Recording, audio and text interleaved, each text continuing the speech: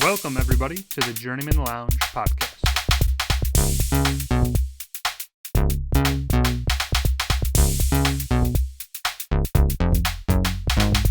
You better be praying to God because, you're 14 and losses in a row. You're going to need Jesus. Am I wrong? I thought you were pretty wrong, yeah. All right, going live in 3, 2, 1. Gotcha.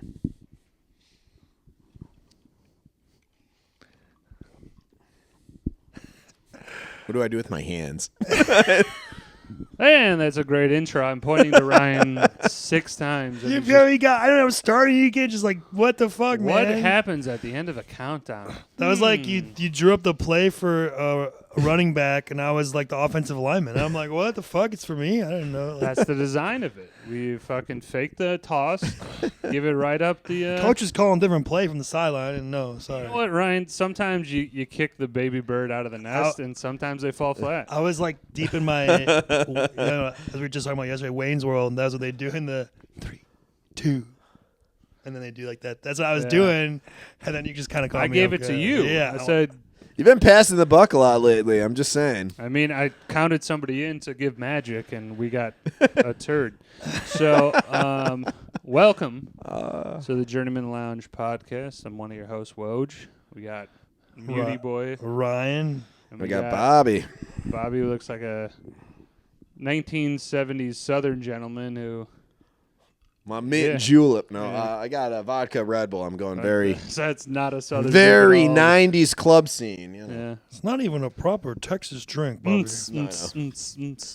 Well, I guess it's Chopped and Screwed, right? Isn't that the shit they blast in Texas? That horse shit album? Go ahead. One album. I don't care. Hated it. And it was the Every wrong- moment of that yeah, was the because you- every it was moment the was the wrong- worst It was moment your of own- my life at that It was your own point. fault. You gotta pay attention. I mean, dude, it's a thing that you could probably avoid by reading.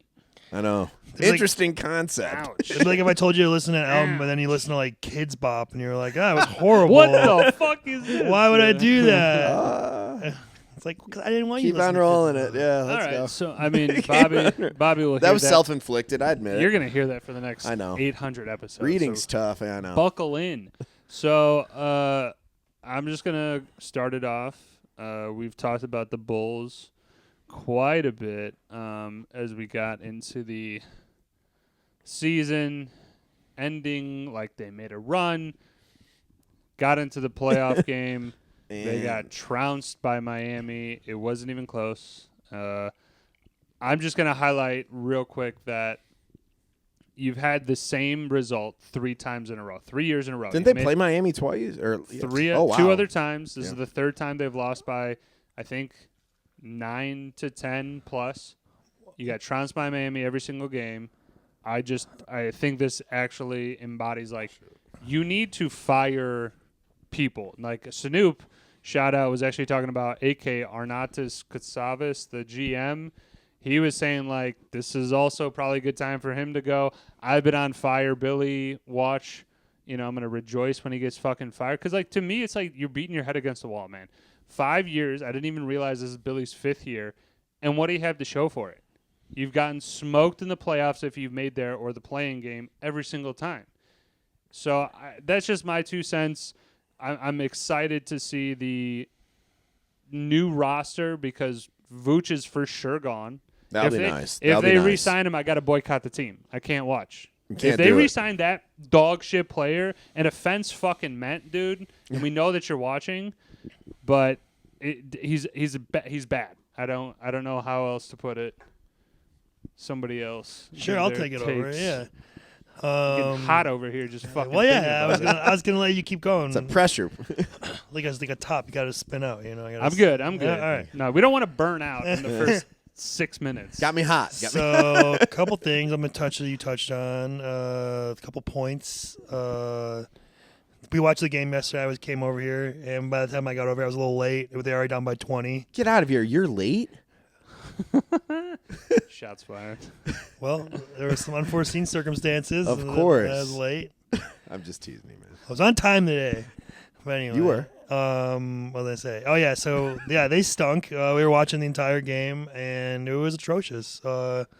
I think at one point they got down to 13, and then we were like, well, for like a hot second, like maybe. But And then, then what? Back up. then to it was back up 20 to or like something? 17. I was like, all right, it's done again. I mean, it never looked close, and it was very disheartening to see the stadium atmosphere. Yeah. This was like, to them, this was just like a Wednesday game, regular season. Was this at Miami? Or? No, it this was is here. in Chicago. Oh wow. And you had, dude, like, some of these teams, like you saw in the first games that were on Tuesday, like the Warriors treated that game like Game 7. Like, yo, win or go home. Dude, it's And playoffs. That's how. and the Bulls came out soft as shit. Soft as a diarrhea poo-poo. Yeah, and like, Kobe has had a great year, especially at the end of the year this year. Had a bad game, Lit unfortunately. it up in March, yeah. So we'll see what happens He's- with the team. He still ended up with 17 points, though. It wasn't Yeah, terrible, but like, we need him to get he's getting like 30 for us, 25. We needed a big effort. Did they lock him down? I didn't watch this No, game. what it was- just bad shots, bad shot decisions. I mean, there was a time where chucking it. he had a 4-on-2 break. He hops back out to And the pulls 3-point line, pump fakes. The guy's in his face and then chucks up a 3 anyway. It was He like, tried to draw a foul basically. but it's like it's You it's take the bucket every time. it's the Fucking three-pointization of the NBA. I mean, Yeah. a guy would rather take a 3-pointer, step back 3-pointer, than fucking dishing it off to somebody. to slam it home. You would yeah. think a 3-on-1 you're gonna get 4-on-2, but or yeah, whatever same a shit. good Same thing, yeah. a +2 advantage. Everyone should be going to the boards. So as far as the team goes, like I said, like long term or whatever, I mean, what's in the offseason? I would definitely be in favor of firing AK and Mark Eversley, or at least AK, one of them, or not both. They haven't. I don't know. They've had some good moves, but then they haven't really panned out. It's like same thing with Billy Donovan. Like when he took over, the team was really bad, and he made them at least like decent. Mm-hmm. And then when we had DeRozan and Lonzo and Caruso and Zach and Vooch at like 22, we were I think first or fourth or something, whatever we were. And then Lonzo got hurt, and then we kind of just went down from there. And since then, never really got back there. We've kind of just been mediocre. But I like some more pieces. I like Giddey. I like Kobe if we keep him, but. As we talked about yesterday, Wojci's at his highest value probably for trades, maybe. So depending on what you can get for him, I don't know, weigh that option out. And then as far as Billy Donovan goes, he said, I don't know. Yeah, probably get rid of him, I'd say. And then we got to get rid of Vooch, like you said. And I still think, obviously, we need to get a power forward. But unfortunately, the Bulls are dumb and signed Patrick Williams to that 5-year, $90 million contract for no reason. And $90 million. Here- and this is the- He's like a wow. He's like What a does bench he player. average? Like 12 points a game, Not maybe. even that. But it's his first year of that, so Yeah, for at least 4 years. at least 2 years, I think, before they really could consider cutting them. But I think it's just in general the Bulls are bad at money management and who they get. I understand that you can't combat injuries like a Alonzo Ball that I think is really when he's on the floor and he gets his rhythm going. The Bulls are in fuego. It's crazy. They are running the floor, playing defense. It's like that Caruso effect. He was always getting. I these like steals. Caruso. White chocolate. Yeah. Yeah, white chocolate, which is Jason Williams. Yes. Yeah. Okay. Which I didn't use in that game yesterday. He did, after I told you to. Fuck you. Inside joke. But just in terms of the Bulls, they are a team that again I recognize or put them in the same category of the Blackhawks. They got a couple young guys that they could build around. They're not there yet. It's still going to take some years. I am thoroughly done with let's be decisive one way or the other. Either be in the playoffs, right? Fucking get your team to a point where we're winning games, or be horrendous. This middle of the road shit is it's even more annoying than losing. Yeah. Just in being a 12 and fucking 50 team. I mean, Or I've talked about it last year, this year, every year, the last 10 years, they're in purgatory where they're just they're not good enough to have a top 3 pick, and they're not, or you're not bad enough, I should say. They're not good enough to make any noise in the playoffs. They actually have a legit chance at doing something. It's like sitting in the right lane, just stuck in traffic. It's better the car for to break down or get over to the left lane. Yeah. And I mean, unfortunately, it's I think I've said too, it's a Jerry Reinsdorf thing. He did the same thing with the White Sox, where he just tries to patch it together with some veterans and things, and that doesn't work. Keep you relevant enough to make the playoffs, but you're gonna lose in the playoffs. You're not gonna go anywhere, and you're not gonna have like a future. You're not gonna like younger players. Again, they do actually have a couple on this on this team, but still need a lot more. We need a lot more pieces. I think we're years away. I have a quick kind of question that kind of like I've just seen a pattern, and this is me being a very novice NBA watcher. I'm thinking 2026. I think is what the next Olympics, right, or something like that. Let's assume 2026. I'm not sure Team USA wins.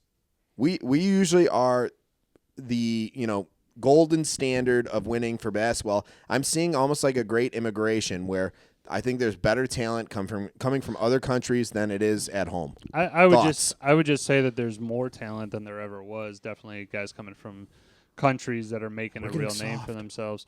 I think the talent that they have though of USA is just like it starts at a young level, like Cooper Flagg being an alternate or on a practice team for Team USA. I mean, that just shows that like we are getting superstar level guys from 18, whereas if you go like let's just say France, Wemby and whatever, okay, yes, he's young, but I think Wemby is still much further developmental away than like a Cooper Flagg. I'd be curious because I'm not seeing enough talent. I think overall your statement of like the USA is not going to win it, I still think they're going to do well and handedly win those games. But I just kind of go towards like there is a time coming. There are going to be teams where France has like fucking 5 superstars, and they give USA a run, but it's still years away. I think wasn't the Olympics? Was it last year? Or it was recently? It was 2024. Because Wemby was in it. I remember. Yeah, it's 2024. Okay, so yeah. I was just saying if we had I was just trying to think back to the last one.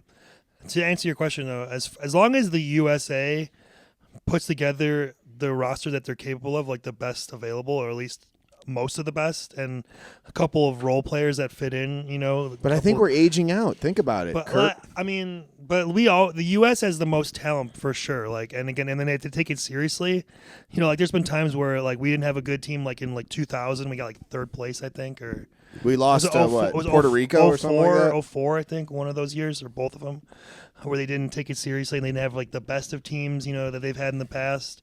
But like if we keep having like the stars of the league, like the faces of the league, like let's say LeBron, let's not count LeBron and Curry because they're old. Let's just say like Jason Tatum and Anthony Edwards and guys like that. Like we should be fine. Like, the foreign countries though are getting better. Like you said, I think their talent level. And I think they have more grit. Like I think we have such a soft. Incoming groups. They probably want it more, maybe. But like again, we're the most talented team. Like it's like they might have like 3 or 4 good players, and we have like 12 good players. All right, I'm just saying next Olympics. I'm not sure I'm betting on. I mean, again, I can definitely get on board with the fact that like, is it a guarantee that the USA wins every single time? No, exactly what Ryan said. They could put together a shit team. Somebody goes down, like, or LeBron gets vaginosis and like, hey, I can't play, right, or whatever. He sneezed too hard. It's possible that they don't win every single year, but like to not put them as one of the favorite, if not the outright favorite. Oh, like that just fell. Every year is like it's a given until somebody proves otherwise, but. Like, especially like a lot depends. You have Jokic and Doncic, and I think they're from the same country, right? No, I think they're the opposing ones. Slovenia. Oh, okay. Well, I'm just saying there's some even Eastern European guys that are doing it well. No, they're definitely like the teams the other teams are getting more talented, like, for sure. Like more. Better overall as a team, but still in comparison to the U.S. team, most likely they're not going to stack up. Like they could win, yeah, if they grit it out, maybe, or if like that one year, like Argentina was really good, I think, or was it Spain? One of those. Spain, guys. I think, yeah. That's when Kobe ran through. What's his Spain name? was with Gasol. Pau and Mark. Pau and Manu. Yeah, Manu. No, Manu is Argentina. Oh, that's right. Yeah.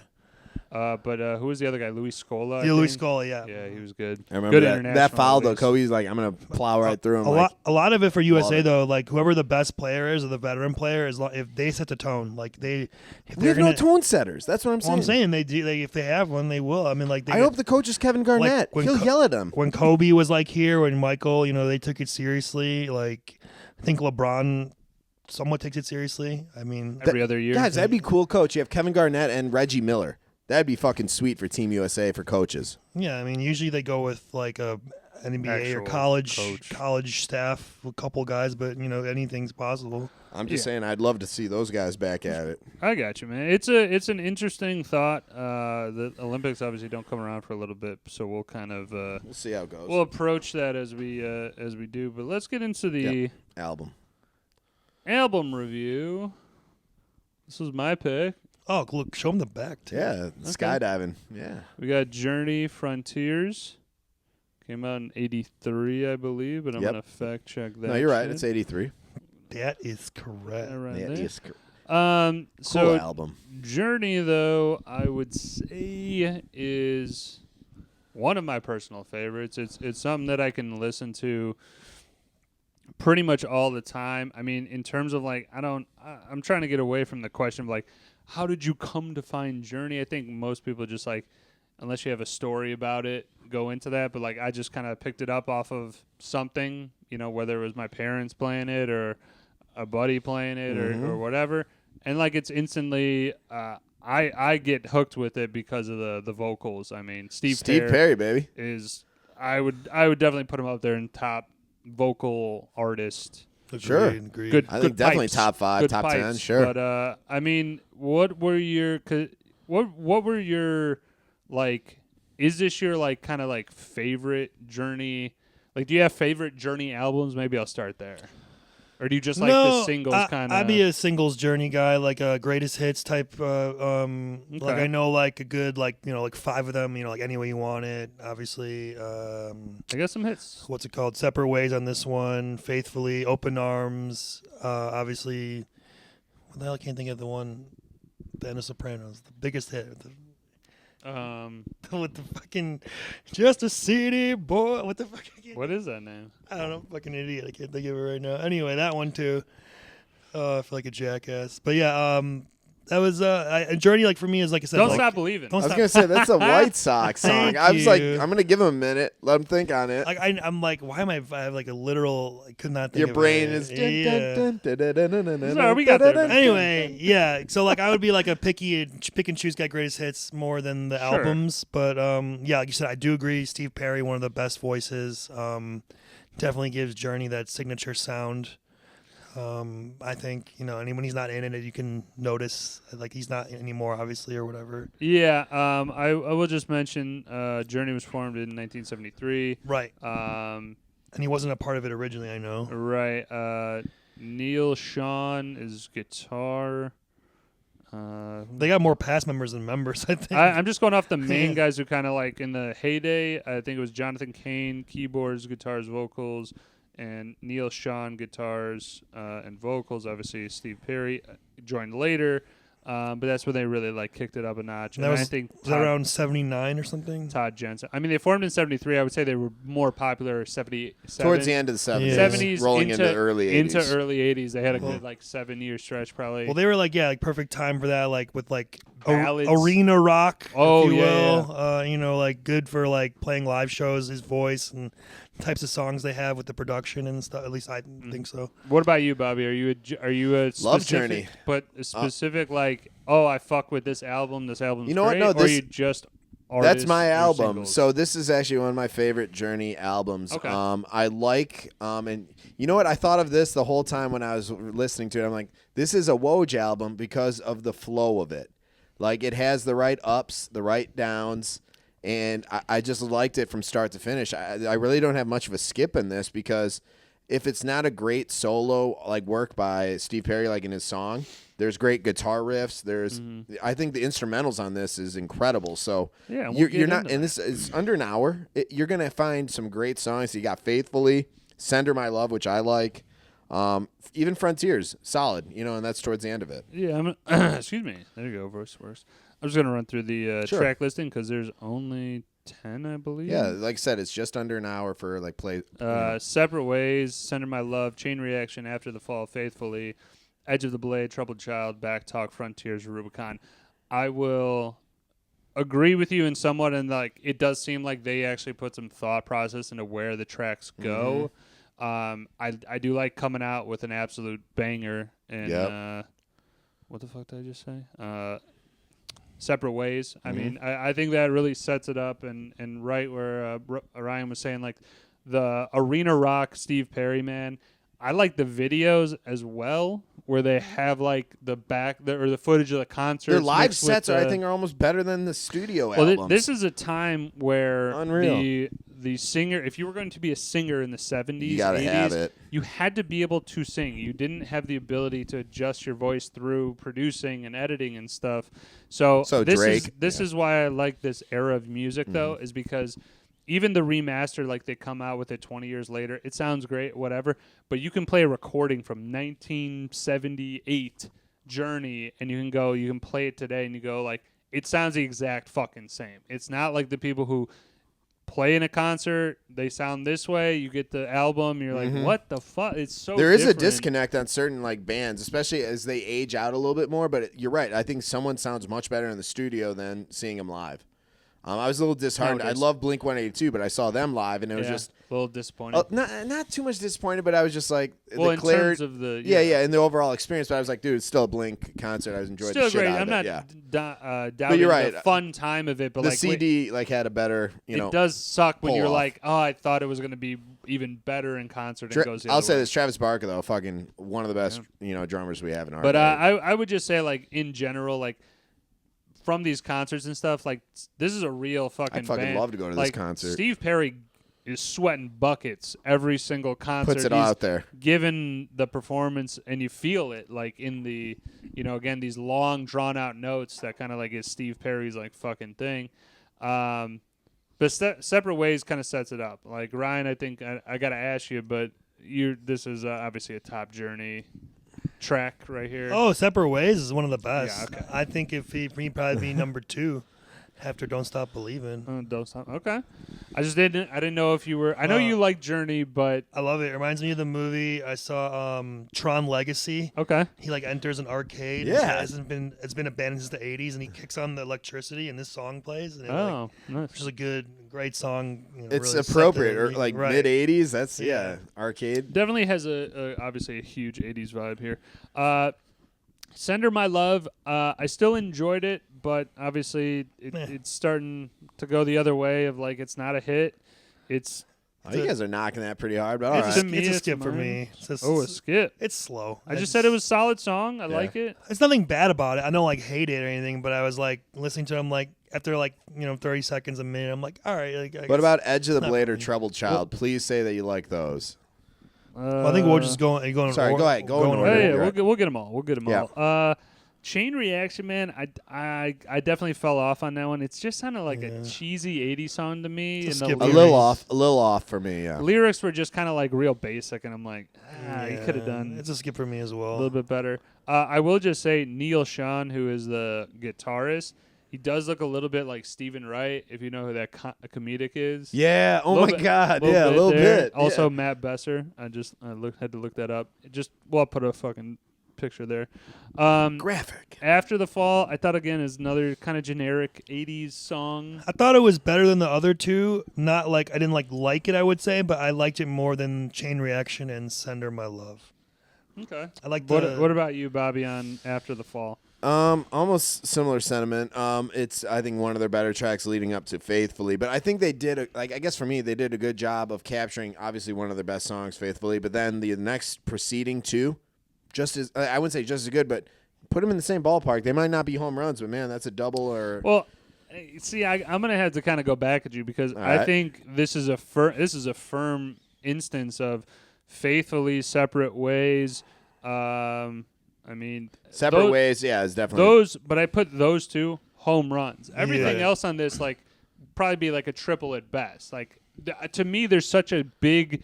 I'm not drop counting the other between- two. I'm just saying, it didn't disappoint. Like I actually I'm not enjoyed. Like if that faithfully ends, this comes on. I'm not like, wow, you took the air out of the room. But I'm not saying disappoint. You compared it to being a home run. Oh no, I'm saying I put it- faithfully's a home run, Right, but and I'm saying this is at least still a good double to like left Right. center. Okay. That's all I'm saying. We're on the same page. I just Yeah, was same like, is page, yeah. that the- I'm just saying that it didn't disappoint. You know when there's a good track and then right after it, it's like, hey, hi mom, like something like that or something stupid. It's like, really?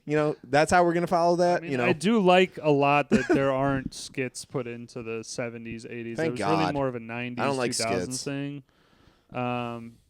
It just again to me the flow of just going from song to song obviously has as a fucking album works is that you're literally just going right into the next. I do like that. As we go on to Edge of the Blade, I just kind of put it was a bit of a departure. It was a little bit more like rock, I believe. The guitar solo is solid. Yeah, that's what I'm saying. Instrumental, and that's. Again, that was a solid double for me. Ryan, Pretty much the same. It's fine. okay, you don't sound like it got. It's not, I'm gonna be honest with you. This is not my type of like music generally. Like I said, outside of the hits I like from. No, them. I get you. Yeah, Like I love We know your genre. rock music, but of all the decades, the 80s is like probably my least favorite of it. I don't really like. I love the monster Really? ballads I don't and everything like in the hair metal and like well, hair metal. and like that type of thing. Well, that's part of it. It's more. And it's Can like, we put this on the and I just sandpaper? How that's ridiculous. The '80s had some of the best rock like bands. Period. Can you give me an example of a rock band that you don't like rock, Poison and or I'm something just, like that? I'm gonna go They're fine. general rock. Who is a rock group that you like? Throw out. Yeah, your, I'm like curious. from where from the Just 80s. in general, No, rock. no. What would you Definition. consider a good? Well, I rock would just tell band? you what I like. I mean, I like the sound more. That's what I'm asking. Oh, I don't know. Like I like the Beatles. I like. What do you mean? Like As a rock, I mean that's such a weak. what do you want me to say? I don't know what you're asking. Well, Like, 'cause like you're a like- broad group, question. Like Quiet Ride is a rock like, group. like Poison's fa- a rock Okay, group. let me say this: like Whitesnake. faster paced music. Like yes, Beatles are technically a rock group, but I just would be like again, they're kind of on the softer side. They play Harder rock stuff. harder rock. Guns N' Roses. Like, do you have an No, example of that, or you just? Nirvana? I don't know. Like Okay. No, they're not even. I don't know what. Like yes, I That's don't. not rock. Okay, yeah. This is. I'm asking It what isn't. you It like is. as Well, a. you could as trust a- me. You could Google different it. types of rock, Bobby, not just one. You're naming all 80s metal and shit. That's rock. That's a that type is of a- rock. That is. All right, It but is I'm part There's saying of they're- 90s rock. There's Nirvana's 70s. grunge. There's 60s. That's a type of rock and roll music. I It's just not rap. Yeah, But I I'm meant, saying it departs from rock. It is I not just even meant the for same the ballpark. question to be like, okay, you don't like this type of '80s rock groups. I mean, if I Is had to there pick, another if rock I had to pick like an group? 80s rock group, I mean, they're more poppy. Like I like Genesis. Okay. Okay. All right, that's a rock group. I could dig. But it. again, that's more like chill and like Mhm. I don't know, soulful, if you will, at times. Like, I got you, man. I was just simply asking a question. You had like Phil Collins over here. No. well, I just think No, for you me, just like, had like a stamp. well, I'm just like, for me, like my favorite is like usually like 70s rock, like late 60s, Okay, 70s. okay, Like so- I think that's the best type, where it's kind of like not quite like heavy metal yet, but it's like the early beginnings of it, and it's Like still Leonard like Skinner, right? Yeah, or it's like still the Eagles? yes, like Led Zeppelin, like Man, I don't I like don't the know. fucking Eagles. the Eagles, ELO, like Okay. Queen, you know, Queen. Okay, Queen's rock. Like, I mean, I just don't really like That's cool. like you know, like there's like Poison by so you don't Joey, like you don't like the Metallica, all that stuff. It's the- okay. I guess I had to pick them at like AC/DC's decent. You know, I like them. that's but, it. So yours is 70s. You really like yeah, the 60s, like, 70s I style would just rock. like if we're Okay. going through the decades, the 80s has probably been my last pick. Or But you, among yeah, them. so you don't like the big hair. I like the 80s for like more different types of music, like pop, R&B, rap, like different, Okay. new wave, the different other genres. Okay. Now More I than the understand. rock. I can understand Yeah, that. All right. that's what I'm saying. Sorry, we diverted quite a No, bit. it's all good. It It makes me think of you less, but it's okay. It's all good. It's just a simple question of what We you love like, you, Ryan. but all good. Moving on. Troubled Child. I really had a problem with the chorus. I thought Yes. I thought it was pretty shitty, and he was like talking a lot.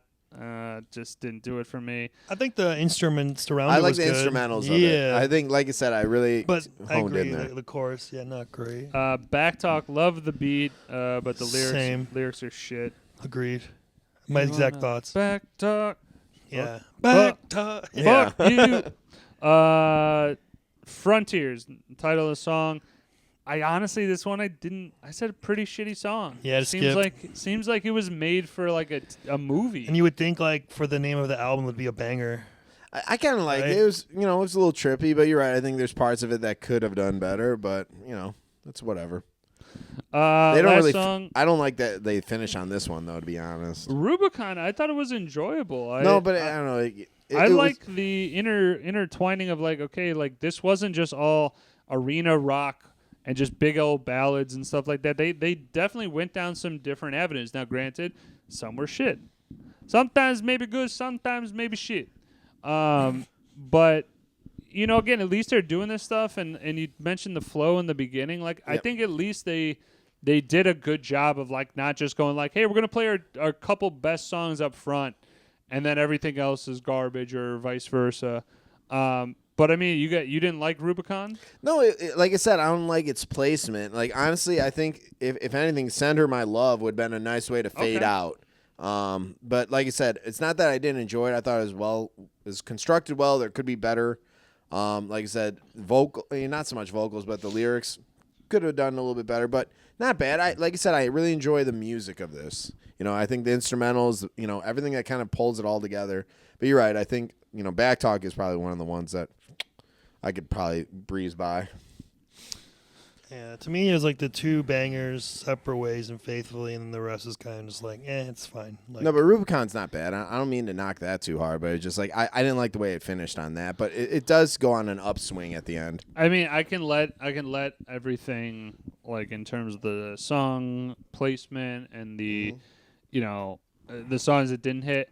I think it's still a good listen. Like you said, under an hour is solid to be able to like put something on. That's like doing your chores or vacuuming the house, cleaning up. Doing just throwing it on. So I still give it like not a grade, but like it's a solid album. I picked it more for the hits, and I like that you didn't go greatest hits. I like that we're kind of going to like a pure album. So who's next up? I got nothing else on. I got nothing either. I'm up. Oh, is that what you were so let's hear this there? R&B and or rap and or. Well, it probably is gonna be rap, Bobby. So you can suck it. I'm gonna go. I know it. With. Please be a good one. Should I do Despite Bobby or should I do one? No. Do whatever you want to do. I actually enjoy rap. I got mixed up on that one. I am gonna go with I've been wanting to do for a while. Let's go with The Game, the documentary. The Game? The Game is the rapper. I know. The documentary is the album. Just confirming. And there's no Chopped and Screwed as far as I know, Bobby. So, The Game. I'm going to hear this for at least, you're right. For 100 years. Yeah. I will send the link in the text just to be sure. Yeah. But I like The Game, so it's going to be all right. I think you're going to like it. I think you're going to be pleasantly surprised. No, I knew it as soon as you said at least the artist. I was like, all right, I'll be good. Yeah. So, we got that buttoned up. Yep, and we got a movie review coming through. Whose movie was this? My movie, Rush Hour. Okay, Frank. Okay. So we'll keep it tight in the first little bit here. We'll grab a beer, go to Rush Hour, and we're gonna quote it up. It's gonna be a lot of quotes, so get your fucking shit ready. Oh, it's a quote. Yeah, Central. Yeah. Let's do it. Ja Morant. Oh, is that Malort? Yeah.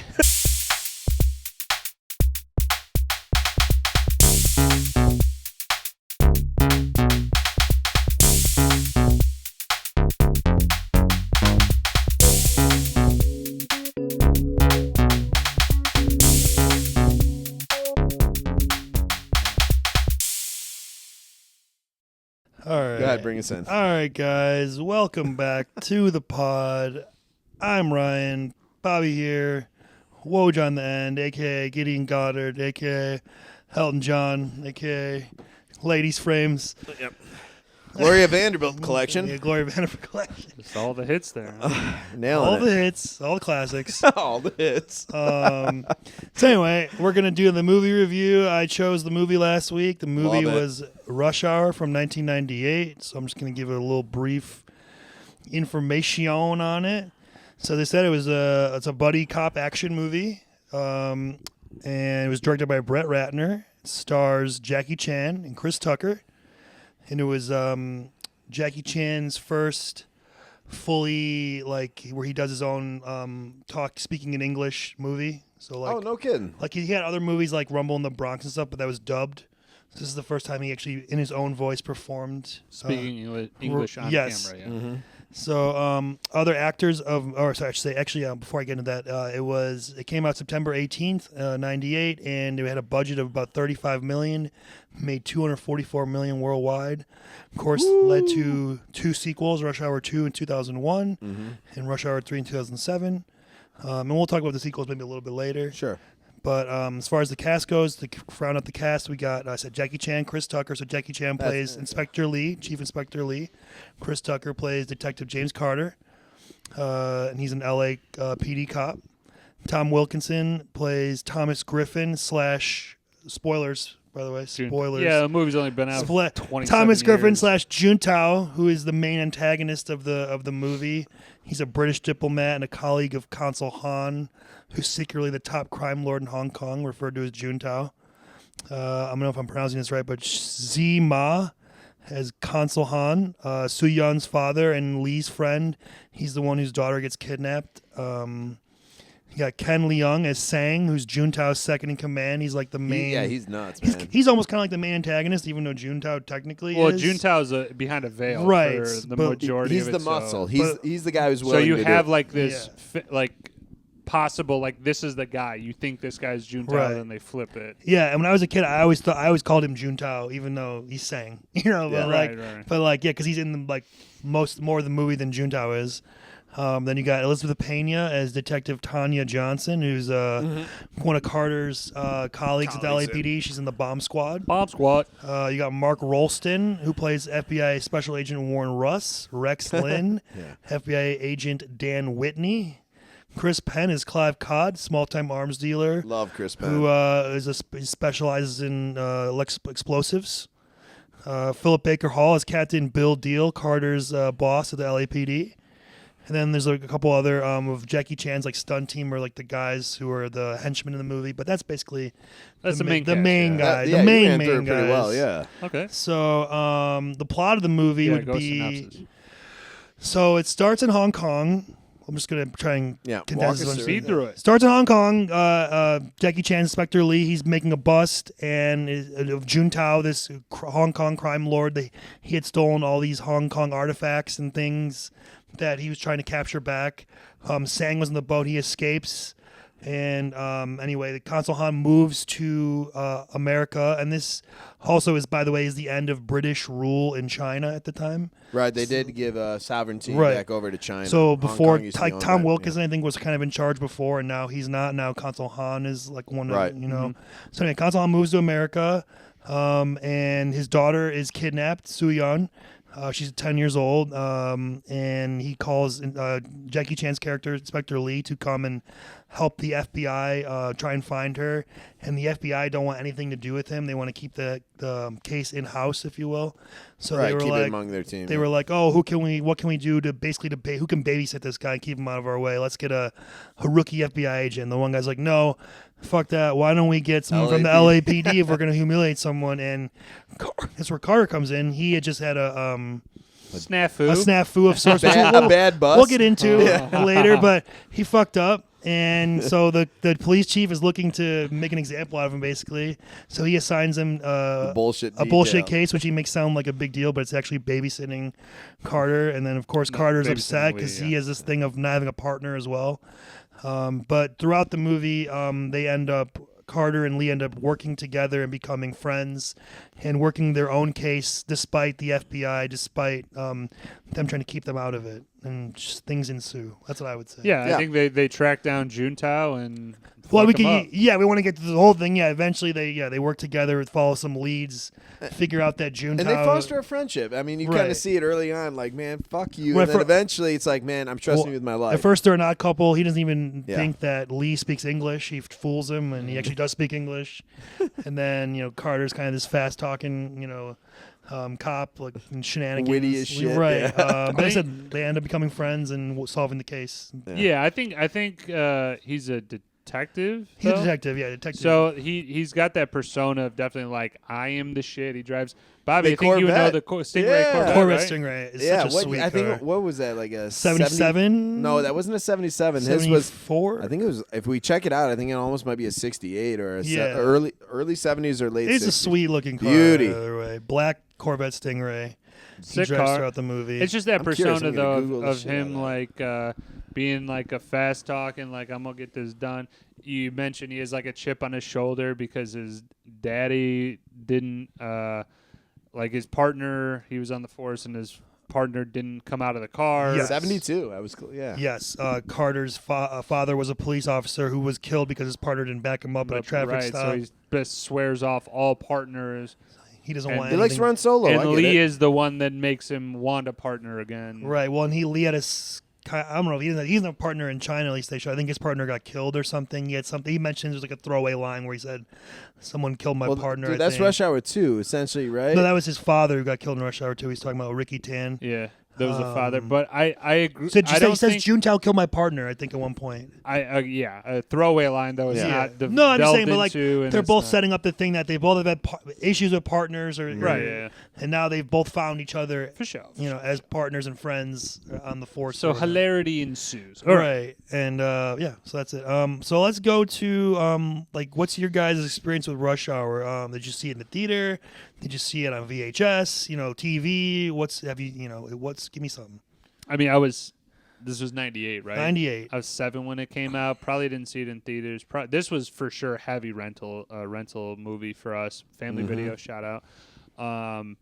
For sure, this was like, you saw it probably right when it came out on VHS. And, you know, we didn't always rent the same shit, but like there was definitely some rotations where you're like, let's do Rush Hour again, man. Like, this was sick. You can't go wrong with Rush Hour. It's a fun fucking I movie. agree. Yeah. It's really a solid Adults movie could enjoy to go. it. Kids could enjoy it. I think it really hits on a lot of different levels. All right, what do you got, Bobby? How about you, Bobby? Similar to you, I can't imagine I saw this in the theaters, but we've rented it a bunch. I've seen it, I think, on DVD or VHS at some point at friend's house and other things. It's a really funny movie. If you just kind of want to set the night right, which we're about to do, is like, watch this, Mountain Dew, N64. You know, you're in a good place. I'm just saying that was right around that heyday of exactly what we're talking about. So that's definitely a throwback there. I would definitely say that this movie fits in with that time period where you just like. I was 10 years old. Yeah, when this came out, but like kind of like in a time period where like movies, that was the event for the night. You would be like, yo, we're watching the movie. Right. Granted, you might do other shit, but like everybody's sitting around. Going everyone, like, yeah, yo, is zoned fucking- in. You got your let's pizza watch from this like shit. Domino's or some Oh shit. yeah, dude, a Pizza Hut or something. Or like Pizza that. Hut, and you had your Right. Mountain Dew, and I'm just saying, you watch this, and then everyone, like, you know, busts out, or you play, like, you know, N64, which is big for us, but we also were playing on PlayStation. We could do Super Mario Brothers and shit like that. It was just like, that was part of your night for the sleepover. Fun fact: my family started hating watching movies with me because I would just do the quotes the entire time. You know, Woj, a similar experience. Like you couldn't tell, but How about you shut the fuck? Yeah, that's me with that, especially with Happy Gilmore, which we already did before. Yeah. But yeah, That was a good one. We could quote that whole fucking movie. As far as me for Rush Hour goes, it came out when I was 9, and I don't think I saw it in the theater, but I know I still have the VHS, so I definitely either, you know, I don't know if my dad got it for me or for him or my mom got it or whatever. We had it on Funny VHS. movie. We ended up Great watching it movie. all the time when my cousin would come babysit us. It was like a staple. We would just always Sure, yeah, throw pop it that on. in, yeah. And then, of course, I love Rush Hour 2. I saw that in the theater. I think remember it's when better than Rush Hour. when I was 12. I used to think that. Now I'm kind of having a change of Now you're heart a having- little bit. ooh. Well, let's discuss But- it and see where you fall. Okay, well, you wanted to get into that now? No. Oh, okay. Yeah. We're doing a pod about it. So No, okay, yeah, and then always just love Chris Tucker, love Jackie Chan, and the combo of them together is just a great, like, at first odd couple, but then they actually have things in common, and they're great and they're really funny together, and the action and the comedy really balance out well. I feel like with this movie, and so my next thing I was going to ask you guys. As far as when you guys watch this, do you watch it for the comedy more or for the action? What do you think? Like when you're like, what do you like? You know, do you look forward more to the comedy with Carter and Jack between him and Lee, or do you look forward more to the Jackie Chan stunts? I mean, I honestly look more towards the fact that it's a pure combo of the two. That's what I'm saying. It's an Yeah. Oreo. Like, you could enjoy the stuffing, you can enjoy the cookie part. Like, that is the best way to describe this movie. It has perfect comedy, great action. Honestly, I couldn't pick between either. Honestly, Okay, that's good. That's Yeah, the the Chris Tucker element, the fast talking. he's funny as shit. Man. And the comedy part of it, I feel like is definitely it balances so much with the fact that like it's literally complete opposites. Like I know obviously the movie that's what they're going for. This guy is a fast talker, this guy doesn't say shit. But I think more of like the physical action of Jackie Chan with then Chris Tucker throwing a quick line in here or whatever. That's where this shit is like it's again it's meaning to be a comedy. Like Chris Tucker always makes a joke in like the most fucking the worst situations, and that's what fucking makes me piss myself laughing every single time. I'm gonna put you guys on the spot a little bit, but I'm just gonna for you, as far as like buddy cop movies, is this your favorite? Is it among them? Like, you know, we got like Bad Boys, obviously, Lethal Weapon. You got like what's the one? I guess you could go Turner and Hooch. Yeah, that would be fine. You know, National Security. Sure. Like what? Like for me, it's like this and Bad Boys personally. And Bad Boys, you're right. Rush Hour is still my favorite. Yeah. Rush Hour, like Jackie Chan and fucking Chris Tucker, number one. I give Rush Hour a slight edge over Lethal Weapon. Lethal Weapon's Lethal fucking Weapon sweet, and though. Bad Boys are kind of tied for second for me. Danny Glover. But for real, again, the action, the fact that Jackie Chan can be so athletic and do all these crazy shits, which I will say, like in the choreography of the stunts, like a lot of the shit that he's doing, like yes, a little bit exaggerated, but in other movies that I've seen, it's like it's terrible. It's like, oh, he barely touches the guy, and then he flips 30 feet back. Like you see the movements of Jackie Chan, you're like, I could believe that guy. He is doing everything. And yeah, right. And there's no stunt double. But the poetry of it is that like he's doing it, kicking a guy, but actually not breaking his fucking nose. Right, he knows how to stop. And and because he's doing it, they can film it all wide, just in frame. Right, you see him doing everything. It's not like they like do a sharp cut or something. Like everything is in frame and like just old very, karate movies. Right. Can we give Chris Tucker a little love because he had to learn a few different things too? And he got in shape for this movie. He looked, he looked good in that fight at the Chinese restaurant. Was fucking sweet. Right, I read it for his prep for his movie. He didn't want to embarrass himself in front of Jackie Chan and his crew, so he made sure to work be in out shape hard. for the Good. movie. Nice. Yeah. I mean, that's also why it works so well. Yeah. So it's like I think for me though, this is probably I'd probably give this a slight edge over Bad Boys 2. Really? I thought. I don't know. I love Bad Boys 2 though. I know. I don't know. I mean, just the combo. It's tough. You know what? Because I hadn't revisited this in a long time, but this was like my first favorite, and Bad Boys 2 became afterwards, and I kind of I hadn't watched this in a while. I didn't. But I don't know. They're both really great. But anyway, let's get into more specifics of this movie. Let's just start getting the scenes. Let's try if we can. Keep in somewhat order, Yeah, that's fine. We could go chronological. So I was gonna say I'll just start us off. I like to have the intro to both our characters, showing like kind of like both what we're gonna see in the movie. Like Lee. I like Chris Tucker's better than Lee's. Well, of course, yeah. but Lee's making a bust, and he's doing all this like athletic, kung fu, karate, Stunts, kung fu, fighting, beating the shit out of all these dock workers. And it's like holy shit! Like this is not gonna be your typical action movie. This is gonna be more on the hand-to-hand combat stuff, and then juxtaposed with Tucker's just loudmouth flying in the parking lot to meet Clive for the C4 deal. It's an explosives deal out in the open, like It's at a so- fucking diner. So funny. He like clearly comes, like everybody can hear him and see him just flying in the parking lot, and then he's like, "Hey Clive, where you been, man? I was waiting for you the whole time." Man. Yeah, like I'm late. You late. You're late. You're late. Oh my god! And then like the cops show up and he's like, right, wait, go, man, get the hell out of here. Hey man, he's just playing. He's just playing. I ain't playing.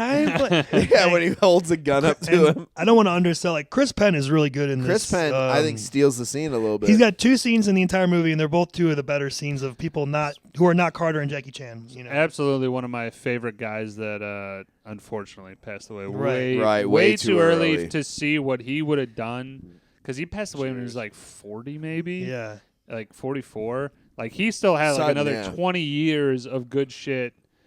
He's my favorite Penn. I'm not a big fan of the other one. Oh, Sean Penn's awesome. No, he's not. He's an actor. He's great. That's your opinion. Okay. Valid opinion. All right. horrible opinion, just like your last opinion. Okay, so So yeah. Anyway, next what? Carter that holding one by court in the police station. The next scene right after Talking the bad intro. shit. Well, he's like setting it up. He was like, there was like 15, 30 or 40 of 30, them 15, 30 guys. He kind of jumped out of here. that beat all their And ass. he's like saying all this shit. And then, obviously, that one of my favorite scenes with the Philip Baker Hall is the. Well, we're gonna do that right now. Then, if it's time. I mean, I think it goes right into Okay. So, that. Woj, you're gonna be Philip, and I'll be Chris Tucker, because you wanted to be Why'd Philip. you say Chris Tucker with a question? Okay, Chris Tucker. Chris Tucker? I'll be Carter. Captain Deal? Yeah. And I was like, oh, before that though, when he's talking about the cops, and like 20 cops jumped out of her, and he's like, May's in the paper, ain't there anyway. I love that part really quick. So let's get to it. Captain Deal talks to the. So but I'll set up the scene. Captain Deal gets a call from Russ and Whitney. And I had said earlier, like, who can we put this bullshit assignment on? Well, might as well do the LAPD. Right. And then he calls him. Initially, the captain is upset, Like, fuck you, yeah. which is the first couple of lines Woj will read. Okay, I got you. Yeah. All right. Well, even if I had an extra man, who would want such a bullshit assignment? Well, it's a disgrace to me. It's a disgrace to my department. It's a disgrace to. Dan, I'm sending someone right over. That's when he sees Carter approaching. Hey, Carter's walking in. He's about to be suspended. Captain, I know you read the paper. They lying. You know I wouldn't do nothing like that. They over exaggerating. You know how the paper is. They just want a story. 2 officers were shot. 1 man lost a pinky. But then nobody died. You destroyed half a city block. That block was already messed up. And you lost a lot of evidence. We still got a little bit left. What you did was dangerous, completely against policy. Not only that, you did a good job. What? Is that the end of it? No. What is it? You got the next. There's Everyone another, around here. There's 3. I text you. Oh wait. It's out of order, man. All right, I got I everyone got around it, yeah, here it's is so what- image conscious. Everybody's so afraid of their own goddamn shadow. It's nice to meet an LA detective who's willing to lay it on the line. Captain, that's the same way I feel. That's what I've been trying to tell everybody. See, every so often we have to let the general public know that we could still blow some shit up. You goddamn right. The only way I work, Captain. Yeah. So that mean I ain't getting suspended? Suspended? Are you kidding me? I don't even know why I don't said even that. know why Why I I say that? I just got a call from the FBI. The 10-year-old daughter of a Chinese diplomat was kidnapped this morning, and they want you on the case. They want me? That's right. Stop lying. I don't lie. Tell the truth. I'm telling you the truth. Thank you, Captain. Woo! Congratulations, Carter. Appreciate it. You're going to the show. Hey, I ain't gonna let you down. I'm gonna look out for you when I get to the top. I'm gonna make you mad. I'd rather you didn't. Hey, listen up. If anybody need me, I'm gonna be working a big case for the FBI. Woo! That was perfect. Good Nice. job. Way to jump in there, Bobby. Nice. Yeah, no. It was Sorry, great. Woj, it was in 3 parts because it was long. I didn't know. Yeah, it's fine. They just got mismatched. You lying. so. I don't lie. Yeah, I didn't. It's like, I'm going to make you mayor. I would rather you I'd didn't. rather you You didn't. Oh, that was a fucking great scene. That was a great scene. And before that, I should say we kind of glossed over the kidnapping of Soo Young. Is a pretty awesome scene with the Mariah Carey fantasy going in the town car. Yeah, and the guy's driving like, fuck this, in LA traffic. They set him up with the Sangs posing as a LAPD Yeah, officer. diverts And him. I love that they fit the name of the movie in a line. It's always fun when it works out. What was No the line? problem, just rush Just hour. rush hour. They say rush hour in the movie. And then they have the whole, and then she gets picked. Like she initially escapes, and then gets like picked up by a motorcycle, and then put it into a van. van, yeah. Pretty elaborate. They had a kidnapping. good extraction team. Yeah, They had everything checked out. I mean, it's again some good action in an action movie. So like I like. I'll say that this, again. though. They did all the stunts were top notch. Soo Young catching him right in the eye with that the locket. Ooh, that would Yeah. hurt like a bitch. Yeah. And then quick one is just like Carter comes to the console and he acts like he's part of the FBI. And he throws the guy his keys. Asks the one guy for an earpiece. He's like, "Who the Yo. console been talking to? Who you been dealing with? I want to see the phone calls." Like all this shit. And then he says, "So when we first hear the term G14 classified." Working classified, yeah. Keep Can we going. do different scenes, or can I throw one in? Yeah, go for it. So I love the scene where he's on top of the double-decker bus. He just caught up with Jackie Chan because he kind of went rogue, and he was like, I'm just trying to get away from this fool to get to Consul Han. And then he's standing there with the tourist. He's like, all right, here we go. Show the badge. He's posing. He's posing, smiling, and then Jackie gives him the slip. The whole chase scene, because Carter is like brushing off Jackie. Like Carter's trying to figure out what he's going to do while also like babysitting Jackie, like taking him to a fucking quick stop, get a burrito and all that shit. So, as they're chasing through Chinese. LA, yeah. What's the Chinese theater? Chinatown. No, but it's like there's a famous Chinese. Oh yeah, the theater. Chinese. Yeah, I don't know what it's called. Whatever it's called. Yeah. The They're hall like, with the Walk of Fame or the, yeah, right. Everybody knows it in Hollywood. They- But like they're running through that. He's jumping in the bus, as you said. Then he's like jumps on top of the street sign, falls down. falls onto a pallet truck. Jumps to down through a Winnebago and then onto a taxi cab. Directly. Flips around Yeah. and goes into the window. Um, It's an awesome sequence. Yeah, and also before he does that too, when he's talking to his guy Stuck, he's like, $45, I don't know nothing. 45. That whole scene is funny, and then the whole, John Wayne, the Duke, say hi to the Grauman's dude. Chinese theater. There Yeah. you go. Sorry. Yeah. And then also I mentioned before that when they met initially at the airport, it's really funny when he's like, "Please tell me you speak English. I'm He Detective smiles, Carter. Yeah. Do you speak any English? Do you understand the words that are coming out of my mouth? Man, I can't believe this shit. First, they get a bullshit assignment. Now, Mr. Rice-A-Roni don't even speak American. Come on, man. Right over here. And then the whole thing with, like, you put your own shit in the bag. I'm not a sky I'm not a cat. sky cat, which I had like a Mandela effect. I swear to God, I remember it being, I'm not a stewardess. Nah, No, I don't remember that at all. I misremember. No, you're absolutely right though with Mandela effect. Like, I had it burned in my brain. I thought, and then I watched it. I'm like, Skycap. I had to go to Tubi and the DVD to confirm that. I was you like, confirm. I was like, should I pop my VHS and double check? So, Well, when you think it's the one thing, the entire, and then your mind is blown. Well, and the billiard scene, was that before or after the whole double decker? Because that was After. fucking awesome. that's my favorite of the action scenes of the movie. That's a great scene. Yeah, where he meets up with his cousin, try to get some information. He's trying to make it look like he's making a big, like fucking that informant thing. yeah, that they're actually writing down a lead or whatever, but it's actually Carter's cousin.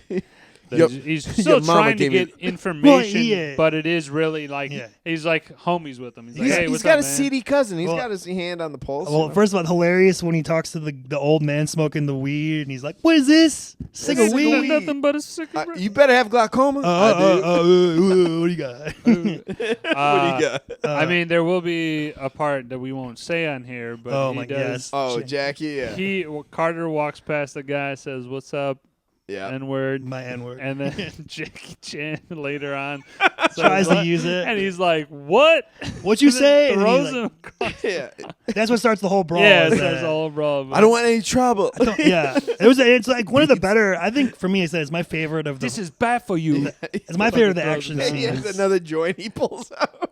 Sorry, go ahead, Ryan. I'd say it's my favorite of the action scenes, and also you got the great little back and forth with Carter and his cousin. You better take your hand off my suit. This is my favorite suit. Your mama gave me this suit. And then they were talking. He was like, "Why aren't you?" And the only reason I tell them what they do is because they'll kill Aunt Bootsy. Why you gotta bring Aunt Bootsy? Oh yeah, bring it. All right, man. And his red suit is also really sick. I love that suit. That is a dope suit. And he helps him out. He at least gives him something to go on. All right, man. I'll see you at Thanksgiving. I'll see you at Thanksgiving. I see you at Thanksgiving. Clean. Next time I come up here, you better I clean love that. this My shit mom up. even shamed me. She said I'm a drug dealer. I'm LAPD. Everyone hates us. Yeah, the whole yeah. As we go through, I mean, again, I generalize to like any scene with Jackie and Carter is fucking dope. But I would also just say the Jackie Chan breaking into it's another action scene where he's like scaling up a wall, climbs up a tree onto a thing, then gets inside, then disarms all the agents while having a steering wheel handcuffed to his wrist. Yeah. Because Carter tried to keep him in his car, and he comes back. There's no steering wheel. Whoa. He cuffs him. He's like, yeah.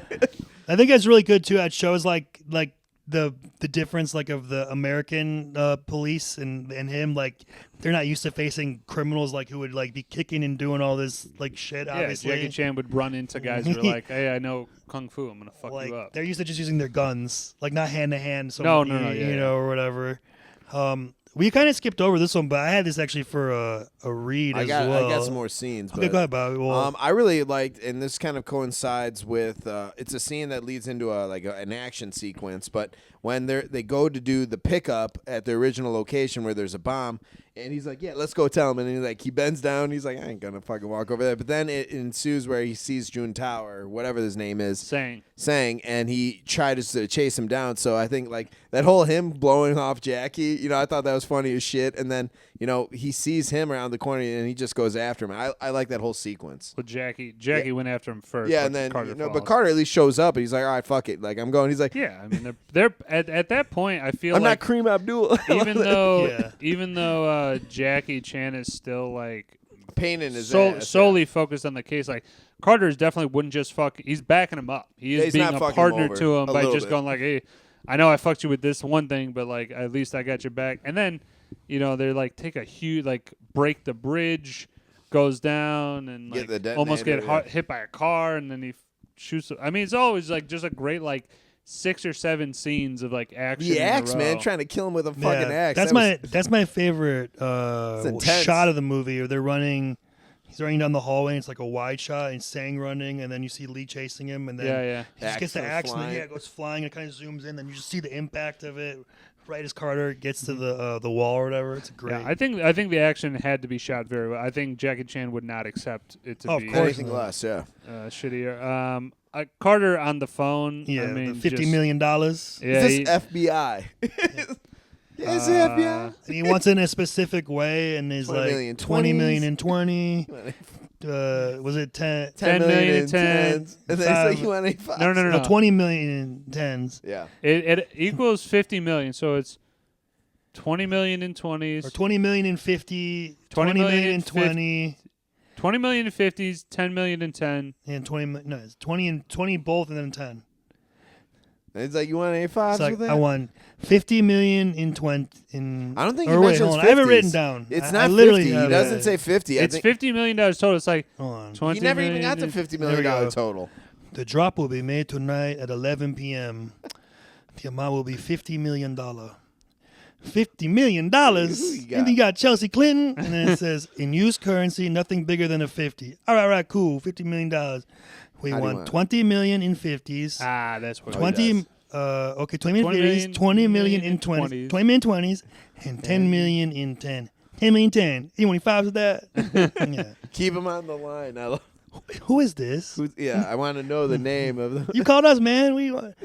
But yeah, that's a great scene. The state. I mean, I know we have the read through to do. Do we want to go back? Yeah, we kind of skipped it. Yeah, let's go back to let's it. Go back to it. Really quick. I'll be Carter if that's cool. That's fine. This is which one?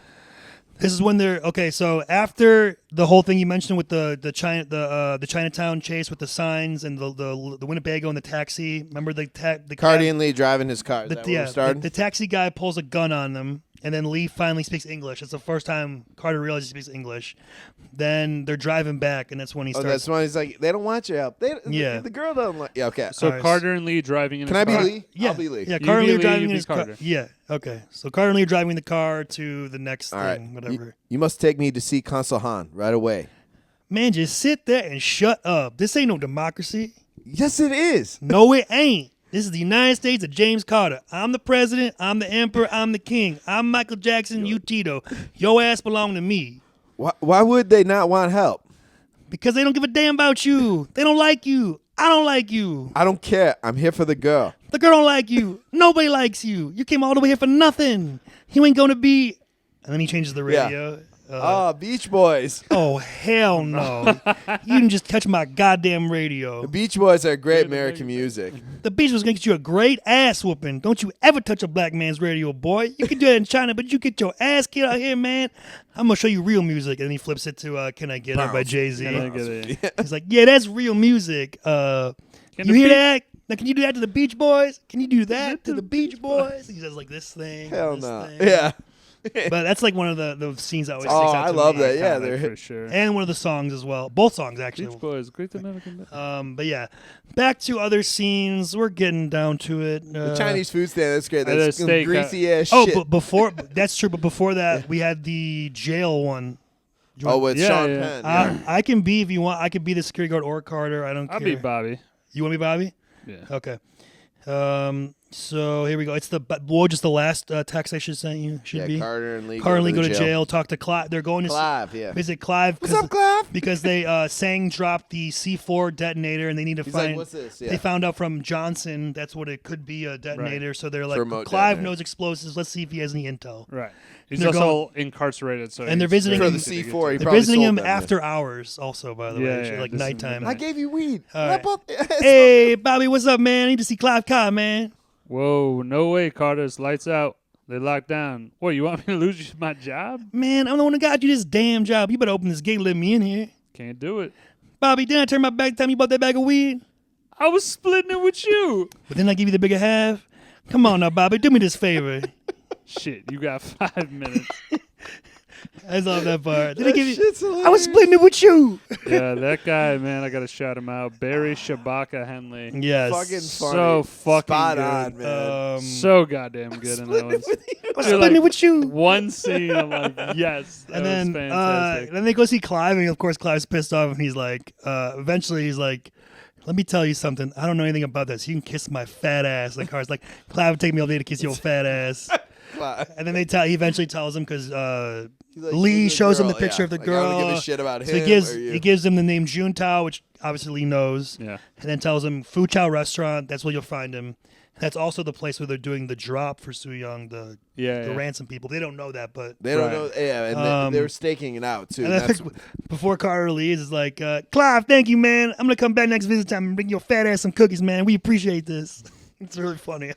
Everything Chris Tucker says to me is like just hilarious. comedy gold out of him. Comedy Chris gold. Penn in Let's that do is the so- Chinese. So dude. then, Yeah. yes, this leads into this. They go to Chinatown. They're going to stake out the possible hideout to Juntao. Right. And they show him how to And- disarm. That was fun I just too. say, while waiting, they listen to War, which is also a War, funny scene. Lee starts singing it, but like not saying y'all. Like he says you all. like, come on, you I gotta was like, come on, man, you got y'all. some soul in it. War by y'all. Edwin Starr, by Yes. the way. They talk, and this is where they talk about their fathers, how they are both cops. They kind of bond over that. And then Lee Carter. Can I just mention, sorry, real quick, and one of my favorite little quick shots, he gives him the wallet, and it's got Carter's Oh my God, with the LAPD. mustache, yes, and the He's got afro. the big old mustache and the fro. This will never work. I'm not 6'1". He just looks like he looks like a rookie cast. So funny. Sorry, go ahead. No, I'm you a were foot dude, taller that's, than a good everyone that's a else. good that's a good mention. You're for not sure. tall enough to be black. I was that. like, Carter teaches Lee how to dance and say y'all, and Lee teaches Carter how to do the gun trick where he takes the gun out of your hand, like he did. And earlier. he's doing this in front of like people walking by, like them pulling guns Tourists, on yeah. each and then other. they grab food at the Chinese stand. So yeah, I'll be Chin or Yeah, go ahead. I'll be Chin. That's fine. You want to be Carter again? You're Sure. crushing it with Carter, I'll man. keep going. Yeah. All right. Damn, Chin, this some greasy shit. You ain't got no better food like some chicken wings, some baby back ribs, some fries, something. This is Chinese food. No soul food here. I didn't say nothing about no soul food. I said I got some better food. I don't want this greasy shit. How you gonna sell a big box of grease? And then you say something in Chinese like, Yeah. Something in Mandarin. I'm a chili. What? Who's yes, you can be Lee. Just say, come on. Okay, say, come on. Come on. And then you, Bobby. Chin. I'm no punk bitch. I ain't no punk bitch neither. I'm no punk bitch. I'm about to knock the head of your head, Chin. I ain't no punk bitch. I love that. Some greasy shit here. You gonna sell a big box of You can't grease. sell a big box of grease. We don't sell soul food. He's like, what is that? What is that shit? It says eel, a camel hump.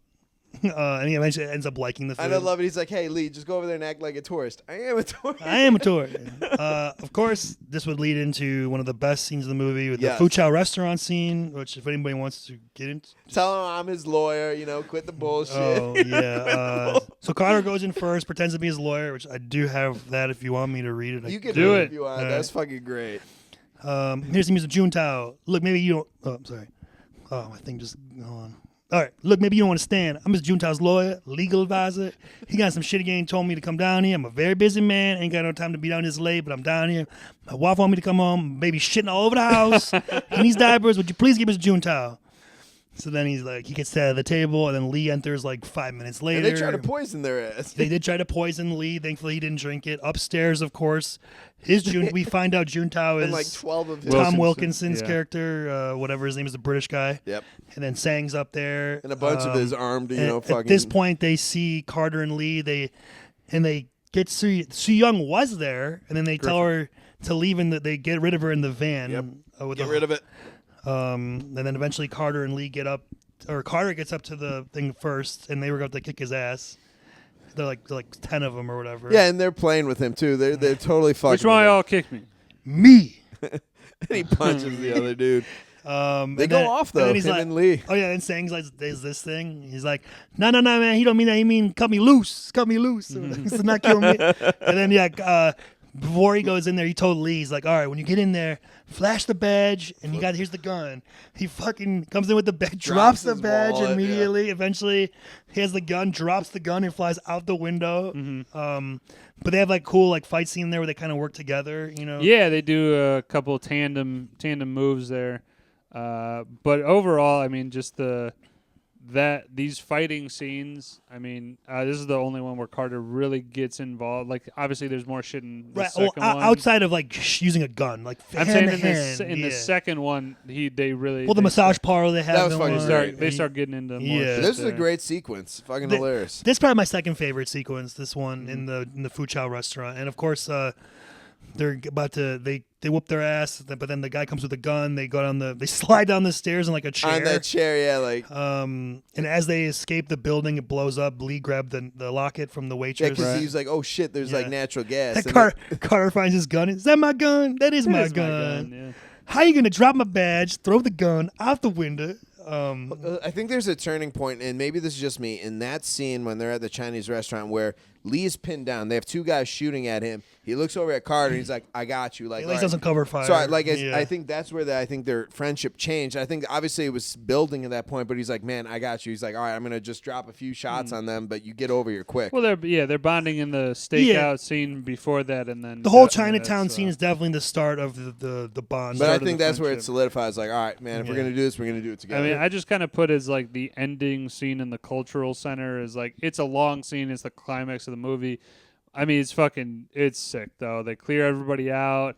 It's just basically bad guys, good guys in a fucking Right. wide open space with priceless artifacts and all they have around. FBI agents. The FBI are unaware that Carter and Lee are gonna come and fuck everything up. fuck And everything. the drop is supposed to be happening upstairs in the like whatever In the the count room or rafters whatever, count yeah. room. Su Yun is a bomb vest, C4 vest, 6 bricks. You know how wrapped much around her in a van, like whatever blocks away. yeah. I don't Do you know know how what many. 6 bricks could do? That could bring down the whole fucking building at that point. That's a lot of Yeah, explosives. no, they were right outside, right? Yeah. outside, Yeah, and then it's at that point that obviously Juntao is exposed.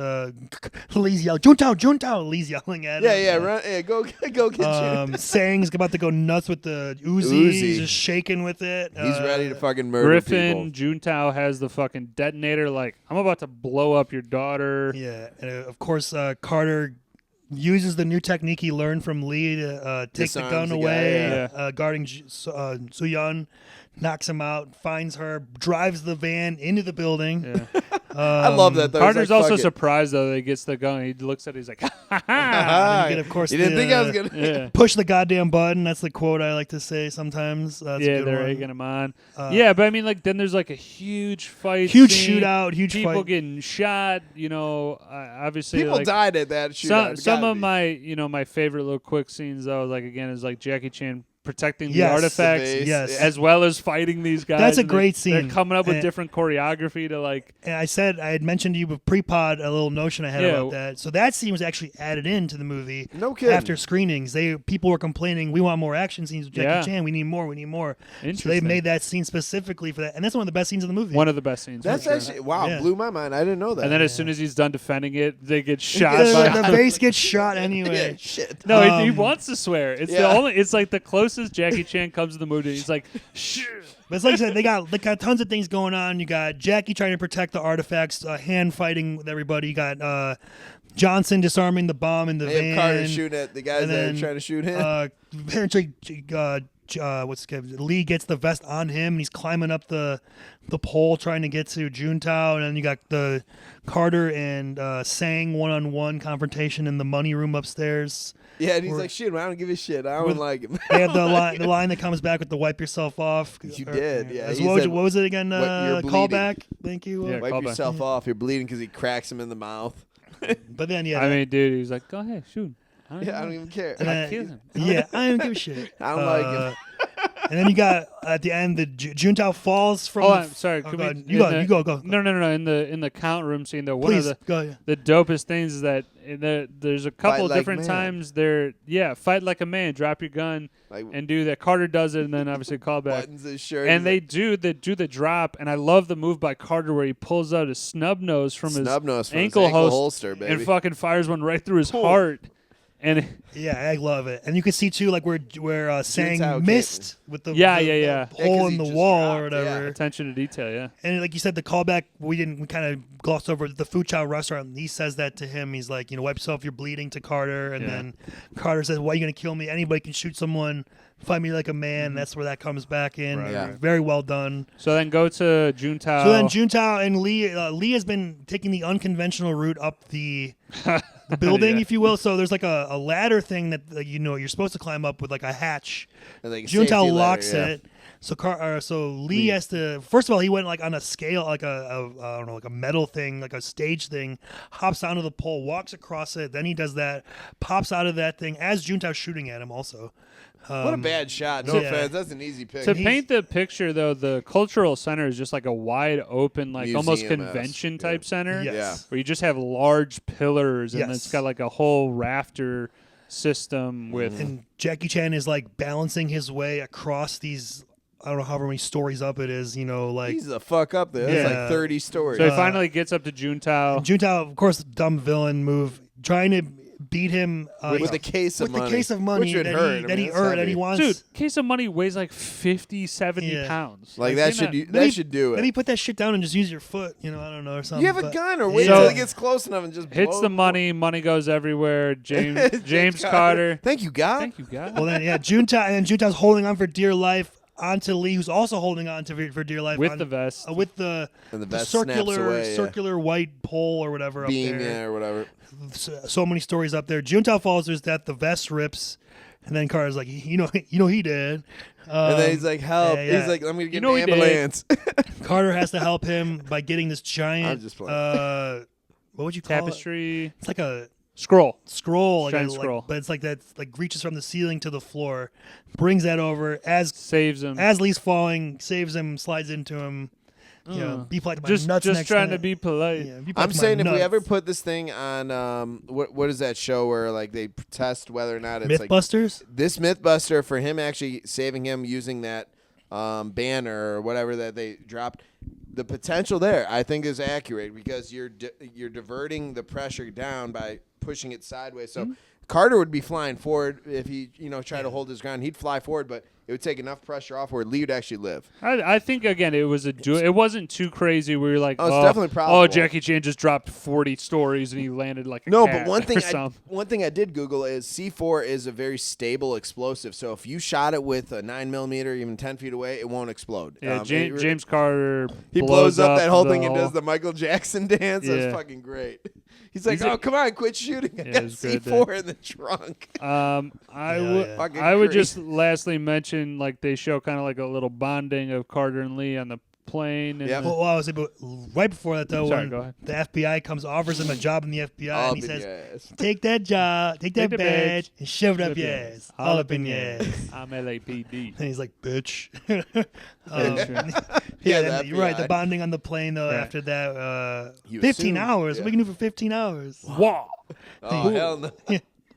You wall. And then of course a Not staple. you of, all, it's y'all. Yeah, Sorry, a go staple of no, you're good.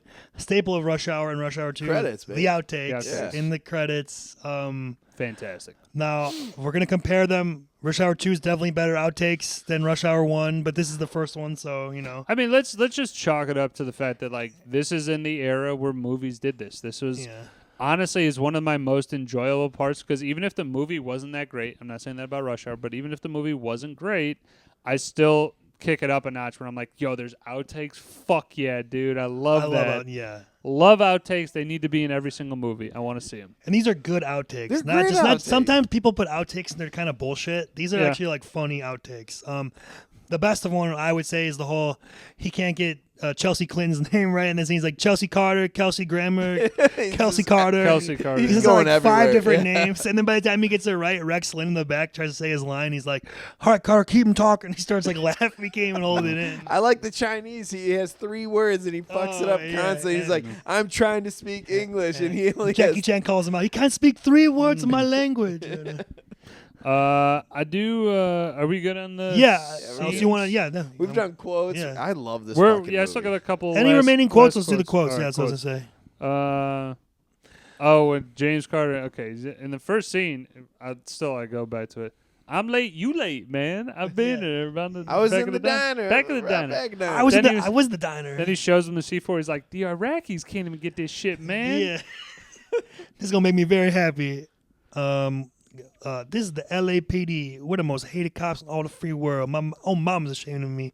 She tells everybody I'm a drug dealer. Carter's like, I don't want no partner. I don't need no partner. I ain't gonna have no partner. Did Kojak have a partner? Yeah, the fat guy. Yeah, Yeah, but but he he was never there. with him. Did Or Columbo my- have a partner?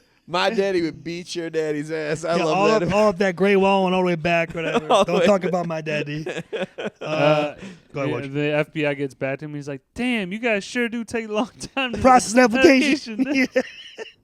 I like Lee's one line when he finally speaks English. Like, I like to let people talk who like to talk. Lets me find out how full of shit they are. Yeah. And then Carter's an impression. I like to talk who let people talk. Yeah, he fucks with him. He'll be right back. Yeah. He says, I forget who he said, but like, I'm gonna kick your ass. Yeah. When he spins in the car, he gets in the car a specific way. Like, sits Oh, on there right, and yeah. Then he copies him. Like, oh hell no! Like, I'm gonna kick your ass. I'm gonna kick your Yeah. ass. Of course, we already said it, but do you understand the words that come out of my mouth? Which actually came from, again, real life. For the first time Jackie Chan met Chris Tucker, he talked to his manager or something, was like, I don't understand the words that came out of his mouth. So That's basically, great. they wrote that into the script. Oh, this is iconic too to this Yeah. movie. Woj? You want me to keep going? This is a weird one, but I don't give a shit. It's Rex Lynn as the guy. No, I'm sorry, not him. It's the guys in the front. Yes, Fuck, the I have his two- name. Yeah. Hold on. His name is Dan Martin, Yes. and he's like, intercept. We will intercept. Yeah. I don't know why. It's like Will. they're like taking it so serious, and then the yeah. other guy is like comes up to Yeah. the door, and James is like, "Hey man, you see a little Asian Asian dude dude. And a about this steering high?" wheel. He's like, "Go screw get yourself." Yeah. What? What'd you say? Yeah, fuck Go you and your screw attitude. He's Yeah. like, open up the door. gate." I'll beat You you. know? It's important. Why don't you tell us what it is? We'll tell you if it's Mm-hmm. important. Wipe yourself off your bleeding and then wipe yourself off your dead. Mm-hmm. Man, I do not. He's been jumping through. I do not do this. I am I am not not- Carl Lewis. I'm Yeah. not Carl Lewis. And Jutau Falls, woo! You know he did. I like that one. Dude, Carter gets fucked up, and he's like, "Oh man, I think I broke my shit. Broke my shit, man. Done messed up my suit." Trying to be polite. Well, be polite to my nuts. Yeah. when they're in the back room of the pool hall, he's like, "I'm still allowed around here. Next time I come in, you better clean this shit up and brush your teeth." His cousin's like this motherfucker. Like he's trying to bust up his like poker game that he's got going. What's the name of That was funny. I like that interaction. What's the name of the Johnson? Johnson. He's like, Johnson, what color panties you got on? I'm sorry I told everyone we slept together. Yeah, what? Also, when the same thing when he's telling the guys in the poker thing to put their guns, he's like, "Hey, MC Hammer Daddy, put the goddamn gun Hammer down." I like when he's stopping the plane to stop Lee from Oh going. my He's God. like, I suggest you go tell the proper authorities not to move this plane before the FAA come down here and we all on some shit. Go on. Go on. Yeah, there's a little exchange when Carter calls the captain back after he finds out about the assignment, and then the captain's like, "I can't do that, Carter. I'm sure that you and Mr. Lee will have a nice time together." And he starts laughing, and Yeah. then Carter's like, "I'm warning you, man. You better call the FBI. I'm gonna drop his ass off at Panda Express." My favorite was like, hey, maybe this is a good time to explain, what my G14 classified. Yeah. Because he knows it's full of shit, and he's like, well, why don't you explain the console here? I'm gonna get something to eat. You want something? You want me to get anything like a couple noodles or something? Yeah. And he's talking to Lee. A lot of little racial jokes Oh, in there, it's but funny. they're funny, funny. though. Yeah, They're but funny. They give it back and forth though. It's funny. When No Carter's soul getting food. everybody out of there and he's like ushering people, he initially is like, I need everybody to move in a calm fashion. We just heard a bomb threat. Please move to the exits. God, did you hear what I Remember said? the Move. goddamn ball? And he's like, as this lady's coming through, they don't show her, but he's just like, titties, titties, titties. Get them titties out of here. Yeah. Bobby kind of mentioned it, but I'm just gonna say it again. The one when they're chasing Sang and he's going up the fire escape. He's like, "That ain't far enough, man. I ain't Kareem Abdul-Jabbar. Push it down some more." He pushes. I like the one. Oh my God, is that the best? Yeah, go. He's like, yeah, good Juntao. Take it to Juntao. Take it to Juntao. Get it out of He's here. like, fuck out of here. I don't feel like dying. He's I like the joke that he's playing though is Lee's clearly hanging on for his life. He's like, all right, man, hold on, I'll be right back. Yeah. Just hold on, man. You good? He's talking to Johnson after she tells him at C4. He's like, "Hey, and I'm sorry about spreading all those rumors on Christmas about us sleeping together." She's the only recast in this movie. Hold on. Yeah. Quotes. I'm done. I'm Moving done with on. quotes, yeah. Oh, I got one more quote. more, and go. it's pretty funny. And it's When pretty they're at the funny. Fu Chow restaurant, and he comes in, he's like, "Nah, I came down here to see Juntao because he told me to come down here because I'm his half brother from Beijing. Me and him got the same mama. I'm Blackanese. We Yeah. all the same." So, all right, let's get All right. into it right now. I'm gonna start. What? Well, no, Go ahead. what Go are we ahead. Go doing? ahead. Yours I was is gonna start with that guy because Sure. there's like I have 11. Holy it is a that guy Their movie. captain is that guy. So that's one of them. That's Philip Baker Hall. that Yeah. would be Philip Baker Hall. He's Bookman in Seinfeld. He's in Boogie Nights. Many things. He's that guy. I'm just gonna go down the list. Ken Leung as Sang. He was in Sopranos. He's been in. Oh, he is in Sopranos, I think yeah. like one of the Fast and Furious or something. He's been in a lot I of think shit. he's, low key though, yeah. Zema as Consul Han. He was in 24 as one of the main antagonists. He's been in Dante's Oh, that's Peak. right, yeah. A lot of things. George Cheung is the driver for Soo Young in the beginning. He's been a ton of. He's one of the guys that has been like a Filler for a casted Asian person that I think makes, he's been like Rambo 2 and like well, Rambo. I know he was in Starsky and Hutch. He was in, tons of movies. You're right. I think he personifies that He's guy. in a lot of different fucking shit there. Yes. I'm gonna throw out John Hawkes. John Hawkes is Stucky. Yeah, tons of things. He was American in, Gangster. American Gangster is there. He was in Miami Vice. He was in Eastbound and Down. Yes, is the Yeah. brother of Kenny Powers. Brother Yeah. Kenny Powers. Rex Lynn, Agent Whitney. He's in Cliffhanger. He's in yeah, Cliffhanger. Better that's Call what he's Better Call fucking in. Saul. If you watch Better Call Yes, Saul. yes. Mark I've never Rolston. gone through that. Mark show Rolston, yet. Agent Russ. Obviously, he's in Aliens, Shawshank Redemption. Yeah. I forgot about this. He's in a ton of things. Clifton Powell is his cousin Luke. He's in like Menace to Society. Yeah, he's in a bunch of that shit. Mhm. He's one of those guys in those early like 90s like movies. Right. Stanley DeSantis is the FBA gate guard number 1. He's and then also Dan Martin, FBI guard number 2. So Stanley DeSantis, I know him from Entourage. Yep. Curb Your Enthusiasm, a couple other things. Dan Martin, Malcolm in the Middle, he's one of Hal's friends. He has like the 6 black friends. He's one of them. Right. He's been in like I think one of the Stephen King movies. He's one of that guys. And then the last one I have, Barry Shabaka Henley. Shabaka Henley, man. As Carter's as Bobby the prison guard. He's been in Better Call Saul as well. Some other movies. Terminal, Collateral. Yeah. Yeah, he's been in a lot of shit. He's been in funny. good shit. The one that I'll throw out is Sure. not really a that guy that you'd be like, oh shit, I've seen him and stuff. I just thought it was an interesting read. And I mean, Chris Penn is kind of that guy, just because he only did a couple Chris Penn's movies. been in a lot of Just shit, because he though. only did movies up until 2007 or something. I think it's for certain people he may be that guy. I think for us, I think I we don't we consider him know that. him because of his brother Sean Penn. Definitely so. But if he didn't have his brother Sean Penn, he might be more of a that. I would be inclined to agree with you. okay, Gene LaBelle, who Oh is yeah, the that's what I had. That's a good taxi one. guy, Yes. right? I He's was like, isn't he Bruce Lee's trainer or something, or he was So- Chuck Norris or something like that? I don't know about the ties necessarily. I didn't necessarily read that specifically, but I just looked at his IMDb. He's like the godfather of grappling. Was both a renowned ex-world champion in both wrestling, judo, and one of Hollywood's busiest stuntmen. Yes, he was He like is highly respected by many martial artists all over the world.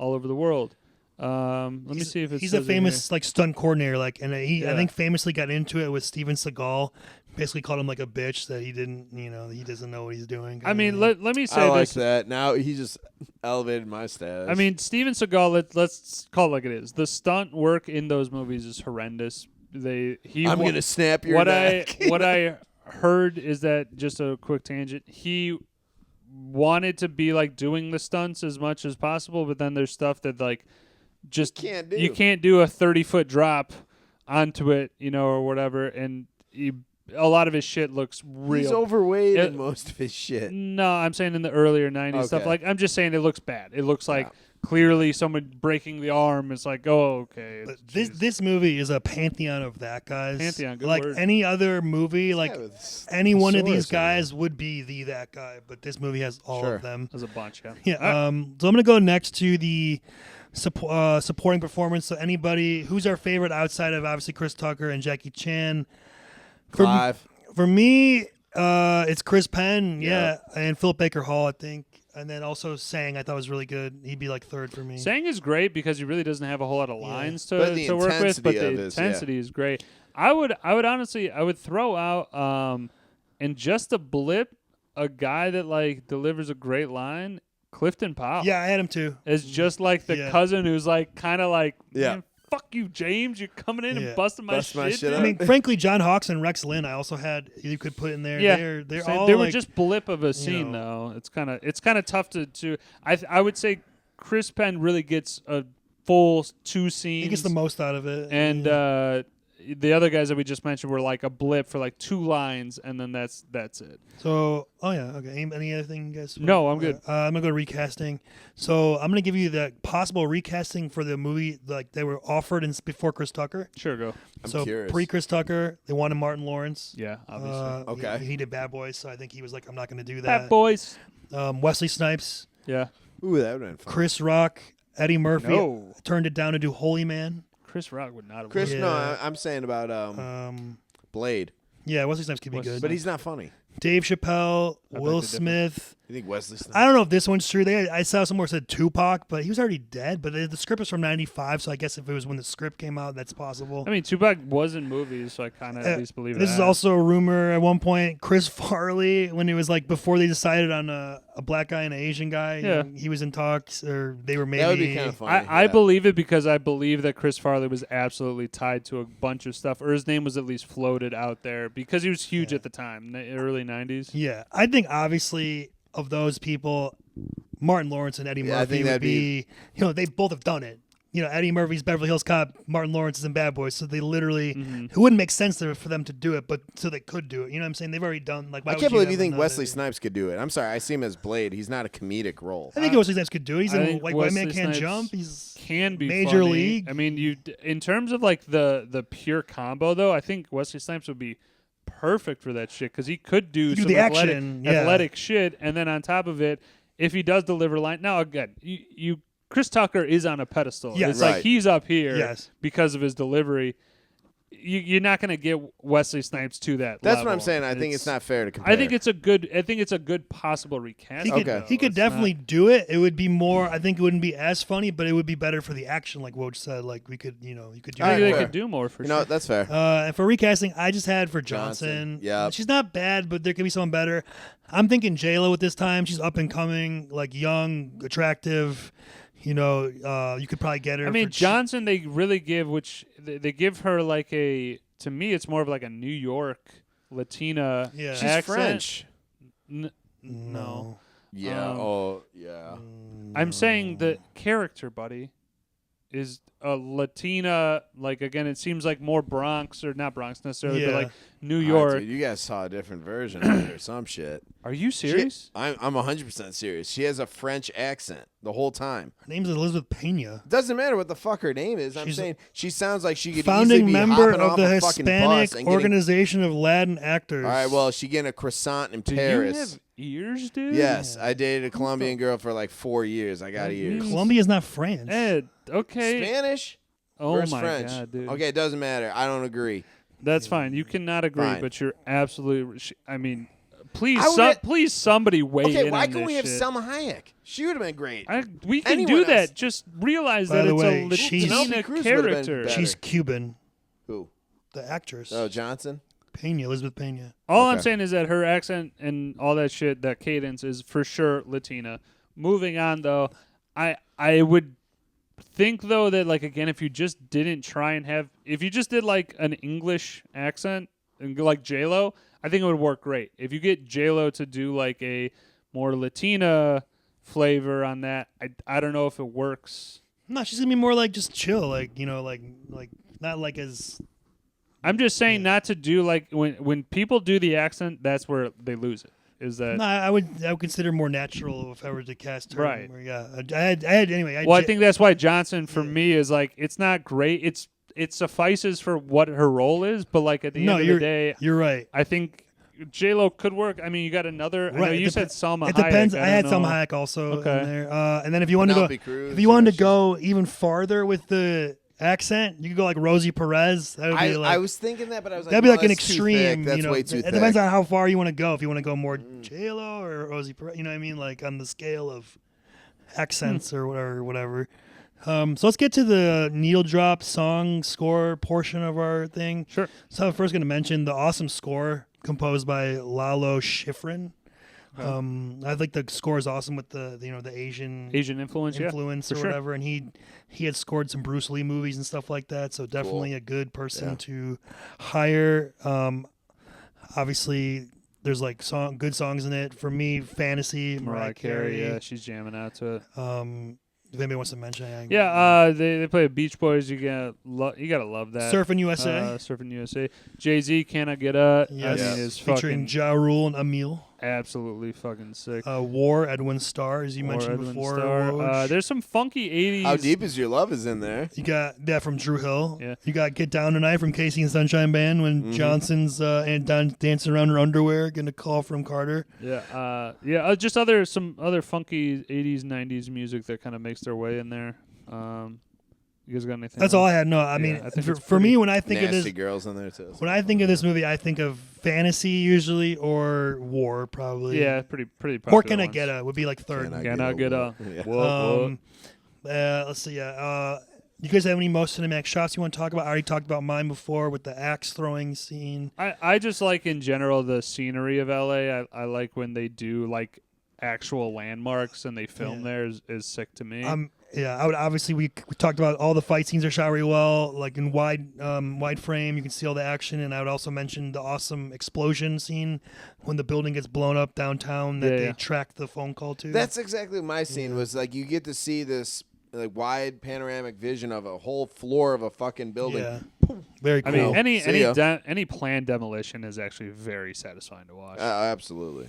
So let's move into our spin-off prequel sequel award. Now, obviously, there's been 2 sequels, and they had a TV show that only lasted a season. Mm-hmm. So, I mean, I wasn't familiar with the they've TV kind show. of done it all, so I don't really have much to add to that. TV show. I mean, they could do a TV show. I could see it, but just do wasn't it better. It just wasn't popular. I don't think they got the right only thing guys. It was on CBS. The only thing I could do is a prequel of Carter where he loses his partner, or something like that, or Carter didn't. Never had a partner. Doesn't say that he loses or maybe lost his partner. early years when he like just came on. I don't know. Yeah, I would like it's so crucial in the casting of it. I don't know who you would put in there, but like a young Chris Tucker, Jackie Chan combo. Maybe you put like Jackie Chan as like first generation or a second generation immigrant that is in the police academy, and then they go kind of through that. I also would just sequels. Let's not put Clive in jail. Let's maybe build up some. Yeah. Maybe Clive is like a cop or something like. Or a failed cop Honestly, I could have even done with Clive as the bomb.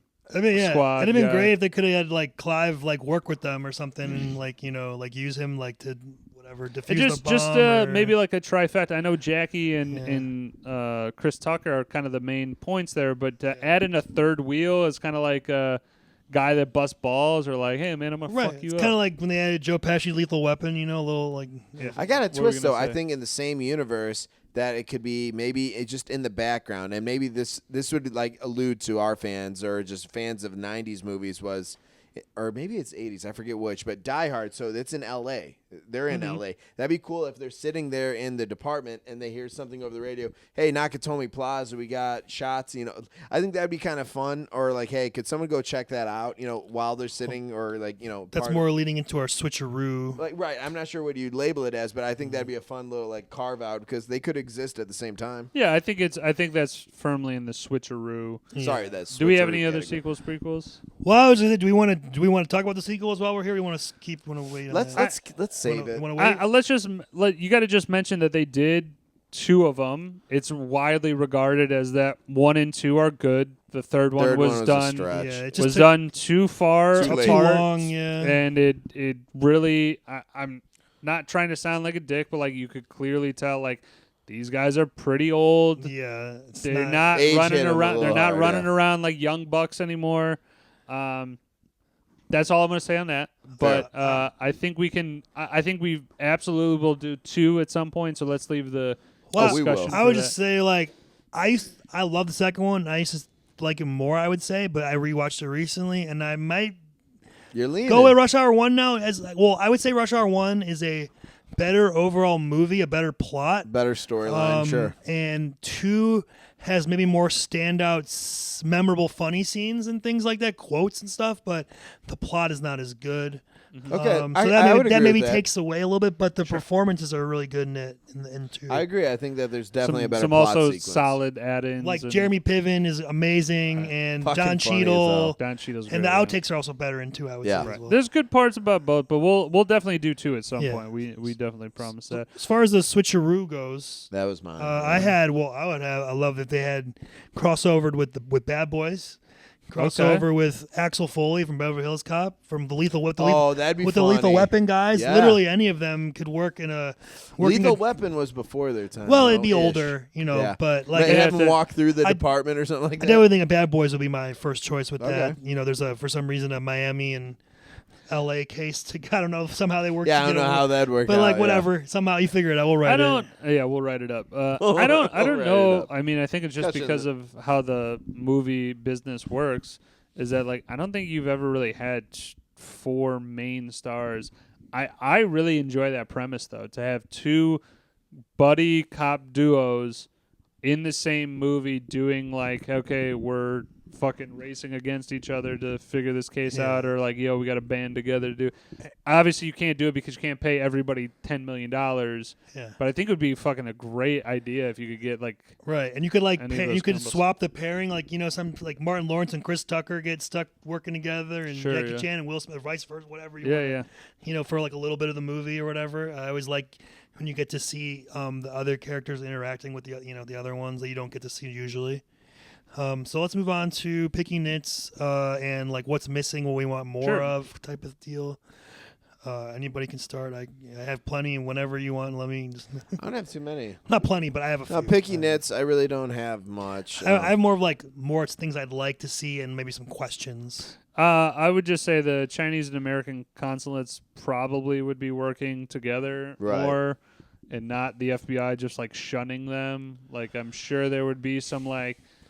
Efforts, okay, it just like I would assume that there would be much more respect for a guy who's like, this is because like his credentials speak for himself. It's not like this is Joe Schmo. Not necessarily. I like in 24 they have a similar plot line where there's like I forgot whatever country, like a Middle Eastern guy. He wants to work with CTU, and they don't trust him, so they put him off to the side. And then Jack Bauer ends up working with him. They end up, working together. I can see you want to keep him at arm's length. There's some information maybe you want to keep. I think it's about trust for one thing, and also like he said, they don't want him have anything happen and make another incident out of it. What if he's the inside guy for the bad dudes? Yeah, I don't know. I get it. They want to keep it in house. I could see it, but I see what you're saying, Woj. I would just say, like, at the end scene, like, FBI's not doing background checks to the many, many guys who are clearly, like, underworld fucking henchmen.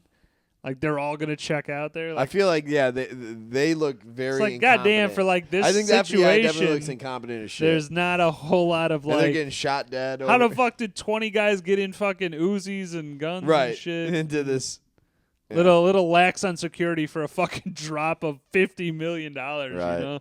Yeah. Probably would have tightened up security a little bit. Maybe the people who were supposed to be the caterers got like knocked out and they took their outfits That's fair, or something. but still, I you don't know. could run them through a goddamn metal Yeah. detector. Racism, they all look alike. I get what you're going. No, Okay. it's not. Is that? I'm kidding. Busted. The 20-foot drop when Carter and Lee from the bridge. Oh yeah, They fall They're like directly on their yeah. back. I'm like, you guys have No, they fucked up. shattered Your spines. arm right is now. broken, probably. at Arm, least. legs, Yeah, probably both. Yeah, It's fine. Broke a couple of ribs, arm, leg, yeah. back. I had Go ahead. obviously in the beginning it's more played for last, but like how does Carter like whipping into the parking lot like not think Clive's not gonna see him coming in? He's literally staring out like You late, I'm late.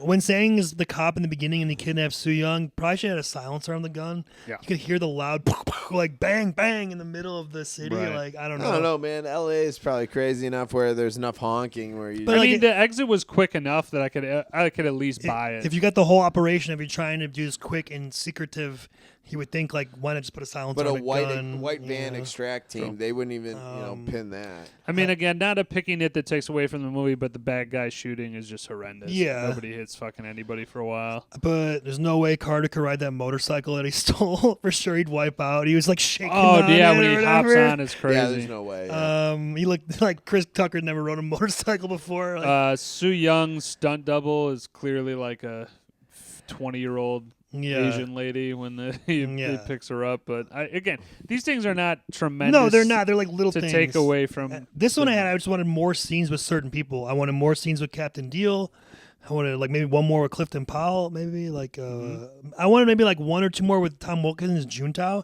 Yeah. He's not really shown a lot in the movie. He's supposed to be like the bad guy, like the Alan Rickman. That guy or is whatever. unhinged. Well, because they yeah. do this misdirection at the beginning, I Yeah. understand why he doesn't have a whole lot of scenes, but they could have definitely figured Like, something out yeah. in between to go like not like a world leader or a evil person revealing their plot. No. But they could have leaked out him holding the detonator going like, I'm going to do blah blah blah. Right, like I'm catch gonna, him in a trap of some right, sort. do Yeah. something, yeah. for I sure. also thought like maybe they could have had a scene of like a kidnapped Soo Young and him talking to her or something, maybe like in a threatening way, like something to show that this guy means business and like, you know, like also showing a scene with Soo Young to see how she's been holding up in this whole thing. Yeah, yeah. We barely get to see her till like the end, basically. The only rewrite, I hate that whole sugar, sweet, and sour. You fucking get rid of it. Why? It makes no sense, you know. Well, it goes with the wires. That's the whole. what- No, I Whatever. just don't. I don't think. I the- don't think Johnson is a real good bomb No. detective. She's or doing it to whatever the calm fuck her it's- nerves and, what? to calm Soo Young's I'm just nerves saying, down. I could be good without it. You know, you're not a good actress, and you know. I don't have any other picking hits. I just have a couple other others. Yeah, I just had a couple of things. Like I would love maybe like more or longer like car chase scenes. They kind of like only had a couple and they were very quick in this movie. Yeah. I think if you added That's maybe like expensive, though. You got one maybe longer car chase because it has everything else. It has the hand to hand, has shooting, Explosions. explosions. I think maybe like and they have a couple quick car things, but they're very brief. I agree. I would just mention they got pretty solid suits in this movie. Like looking they good. look Yeah. pretty Great awesome. suit, great car by Carter. I don't mind subtitles in movies. I know people sometimes have a problem with it. Well, they're but like, speaking Mandarin. well, I mean, think it just again it works for the movie of like you're showing Hong Kong and then you're showing L.A. Two Right. different Yeah. places. Obviously, they're speaking two different languages. Yeah. I had two unanswered questions. Go ahead. Was Juntao ever actually going to give Soo Young back? What was the deal with that? So here's my thinking, my train of thought. So he says the ransom, bring it to the back alley of the Fooch Chun rest or whatever, the restaurant. And then he sees Carter and Lee. And then he says, get her out of here. So she was there. Mm-hmm. So she was there. So was he going to give her up there, or why was she there if they weren't going to give her up? Well, What I was think it's leverage. What 'Cause was if the- you keep the No, I- daughter alive and you keep them like, hey, here's your daughter. yeah, well, It keeps them from the FBI sending in 40 fucking armed guys and blowing you. I understand that. Well, if you weren't going to give her back at the restaurant, why did you even have her there in the first place? I think it's a tactic so that they know you're for real. I- Because I- like I said, if they go into that restaurant and they check it all out and they go, well, nobody's here, they're sending in the fucking Navy. Right. Oh, and so the you're armed saying in case things services. go bad, they have like a hostage? It's a hostage. Yeah, They're not going to go crazy if And the like he daughter's said, there. if I do this, she dies. You know, it's Okay. his. I think insurance to me it's policy. more of an insurance policy so that they don't just fucking roll down with a tank Right. going like, And fuck just you. like, all right, we're gonna kill everyone. Yeah. Okay. All right. That's What's the other question? Well, we never find out. I looked this up. What's Lee's first name? Inspector. I don't know. Inspector Lee. Yeah, they never really say. They never say in any of the movies. No. It's not online. No. It just says Chief Inspector Lee. Yeah, you're right. They never really say his name. Is it Lee? Is in Rush Hour Lee. 3 though? Don't they mention his name or no? We're actually We're coining it. We're saying it out loud right now. His name is Lee. He Is just goes by one Lee. It's like Cher, like Lee. I don't know. Like, what, I don't know. Yeah. All right, well, that's all I have. I think it's time for the end for the Ratings. Grade, Yeah. the own stream skip and the grade, and whoever wants to start. Okay, I will go. Just again, phenomenal fucking movie. I own this movie in 2 different DVDs. I believe the VHS is Somewhere. one of my parents' houses for sure. I got a combo pack for 1 and 2, but this is an own for sure. I think if you're a fan of this type of like just comedy and action, if you like those 2 genres, like watch the fucking movie. I am gonna go with a 9.5. Yeah, this is firmly in the A range for me. Hell yeah, Bobby. Definitely own this. Make sure there's not the edited version on TV. I think that you lose a little bit. I'm sure they cut scenes short, so own it. I give it a 9.2. Obviously there's some things that could be worked on, but it's such a funny movie, such a action-packed movie. It's one of those things that I could watch even after it finishes up. Like I could slap it right back on and it wouldn't bother me any. I'm also going to mention great TV movie when it's on. You can still watch it. It's not You can pick it up unwatchable. wherever. Yeah. I'm gonna go own. I do own it. I have the VHS. I have the DVD combo pack with 1, 2, and 3. I need to get the Fun. Blu-ray. I was going to say, you're missing out on the trifecta there, I bro. need to get the Blu-ray. Yeah. And I'm gonna give it a 9.4. It's a really good Oh, we're all right in the realm. I mean, it's just like you said, Woj said, it's really easy to watch. It goes well with the comedy Fluid, and the yeah. action, the chemistry between both actors. I mean, Chris Tucker didn't do many things, but this is one of his best things. Like, I think we kind of hit it before off the pod. It was like, I think Chris Tucker had a great run, and then after you make $30 million in 19, by like 98, 2000, really- yeah. by like 2004, you don't need to do shit again. Yeah, Like he could be you've real earned it. choosy with his roles. Then. right. I mean, from like Friday to this, he was in like 6 movies, and then after that, it was like This blew it him was like up, yeah. Rush Hour 2, and then like that's all you needed. maybe 2 other things, like Silver 3 Linings and like Silver Linings Playbook, Playbook and the Air movie came out a couple years ago. But you're He was right. in You could be that. totally selective at that point. You're self-sustained. But anytime you get to see Chris Tucker in a movie, it's I think a joy. I think you got to. Same thing with like Eddie Murphy. Like when Eddie Murphy's on, you kind of just like, yeah, let Well, me he check. kind of hurt himself let with me- that other shit. Let me but check yeah. this out and see what's up. Yeah, and I love the whole odd couple or buddy cop, dynamic with yeah. action, like this Bad Boys, High Spy, many movies like that. It's just Sure. always great to watch. So who? Oh yeah, Bobby. Who's next? We got Bobby, and we're doing we're bringing it back to the 1940s. We're doing the Maltese Falcon, but we're doing this. I'm trying to expand their horizons a little bit on different type of movies, genres. So Maltese Falcon, it's an excellent movie. I hope you guys have a positive viewing experience of this. It is black and white, just a heads up. Technicolor did exist, shit. but it was later on in that decade, so. All right, we'll try that out next week. We'll Wow. see what happens there. The Educated number 3. Excuse me. Again, wasn't saying anything about Yep, that. no, but, don't worry about it. we're just gonna end this because I don't like what you're doing. So I know, I'm being pompous. All right. real dickhead Yep. move. But Love you the guys. Journeymen Lounge. Nobody's watching at this point, anyways. I like to say so. Who gives a fuck? And we're about to play some N64. I'm about to beat your ass in some Smash. Give us a like and comment. Yeah. if you We like had my that. if you like my Subscribe. if you like my Chris Tucker impression. I think It's you nailed pretty it. pretty solid there. We're gonna be back, and we'll be doing hopefully some golf shit soon. Hopefully my back is on the up and up. And I believe, Woj, I think I'm correct, that next Thursday is the NFL draft. So we'll have that on, I So assume. we'll be doing some We'll check NFL that out, draft, yeah. see how the Bears potentially. I mean, they've been good so far. Let's hopefully they keep that shit going. Yes, sir. All right, well, it's good talking to you guys. Check you later next week. All Check right. you later. Check you later. All right, peace.